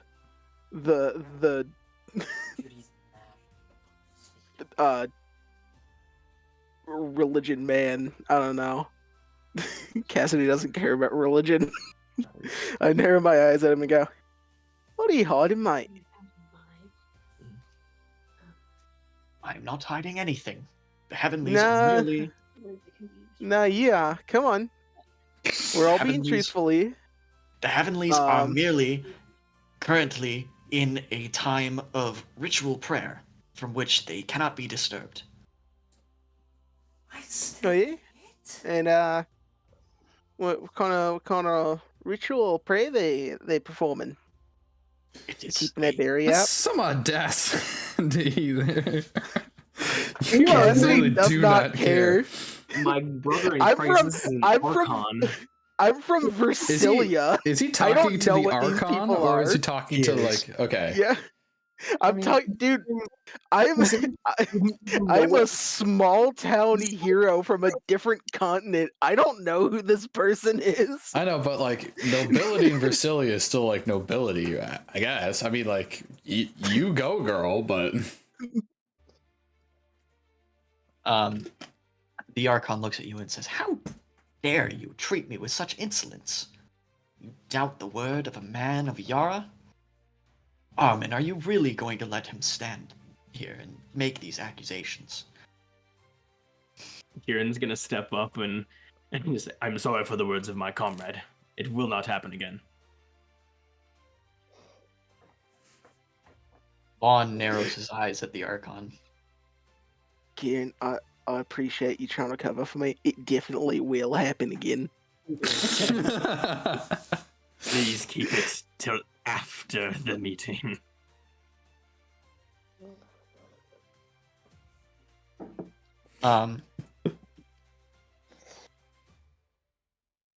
The general turns to Vaughn and says, "Very well. As the Heavenlies are disposed, it will take twice as long, but 2 days is not a long enough time to be considered a waste. I will send scouts to the Barrier of Gold. yeah, We take those. we take those. Someone make an insight check, please. I got you. Bam! I got it. I got it. No, I already rolled. How about we all do it and take the 14. highest roll? 14. Douglas, that Archon guy does not really seem very happy about the direction of this conversation. Nice. So just to clarify, the Archon is a religious figure. Is that right? Yeah. Okay. I rolled an 18. Kieran got a 16. I already rolled, Yeah, he's guys. You not don't very have to. Yeah, he's not happy about it. Okay.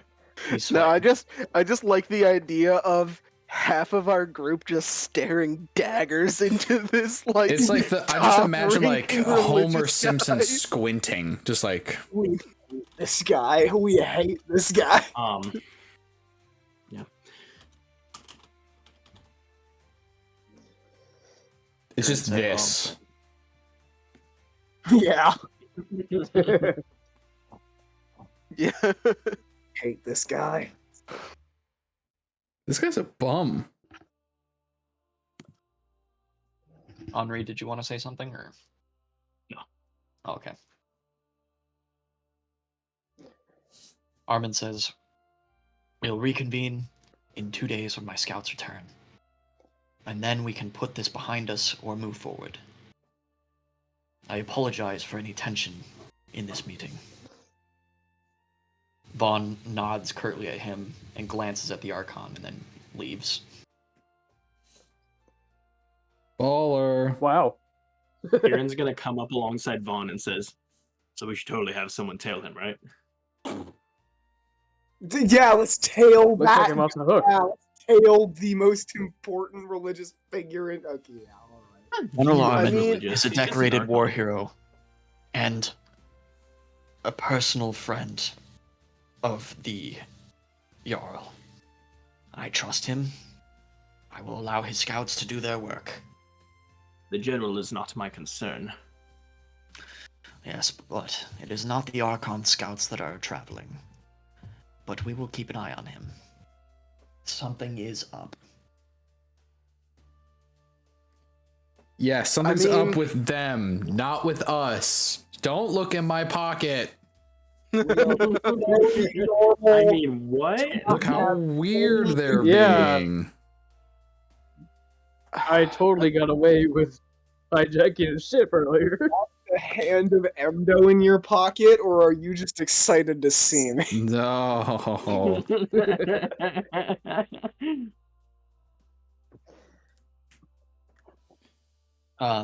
As you guys are leaving the meeting, Douglas, you notice something. What do I notice? You notice the old man from earlier staring at you. Mhm. Go. And he reaches out and puts his hand on your shoulder.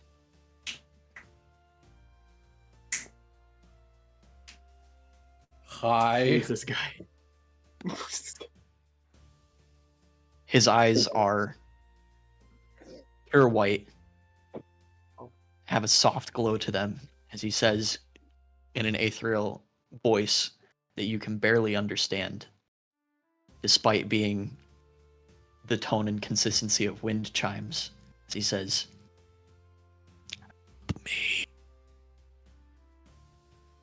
Me. and that's where we're gonna end the session. Yeah, you might want to repeat yourself. what did Your he mic say? peaked, He so said, you he just said, help me.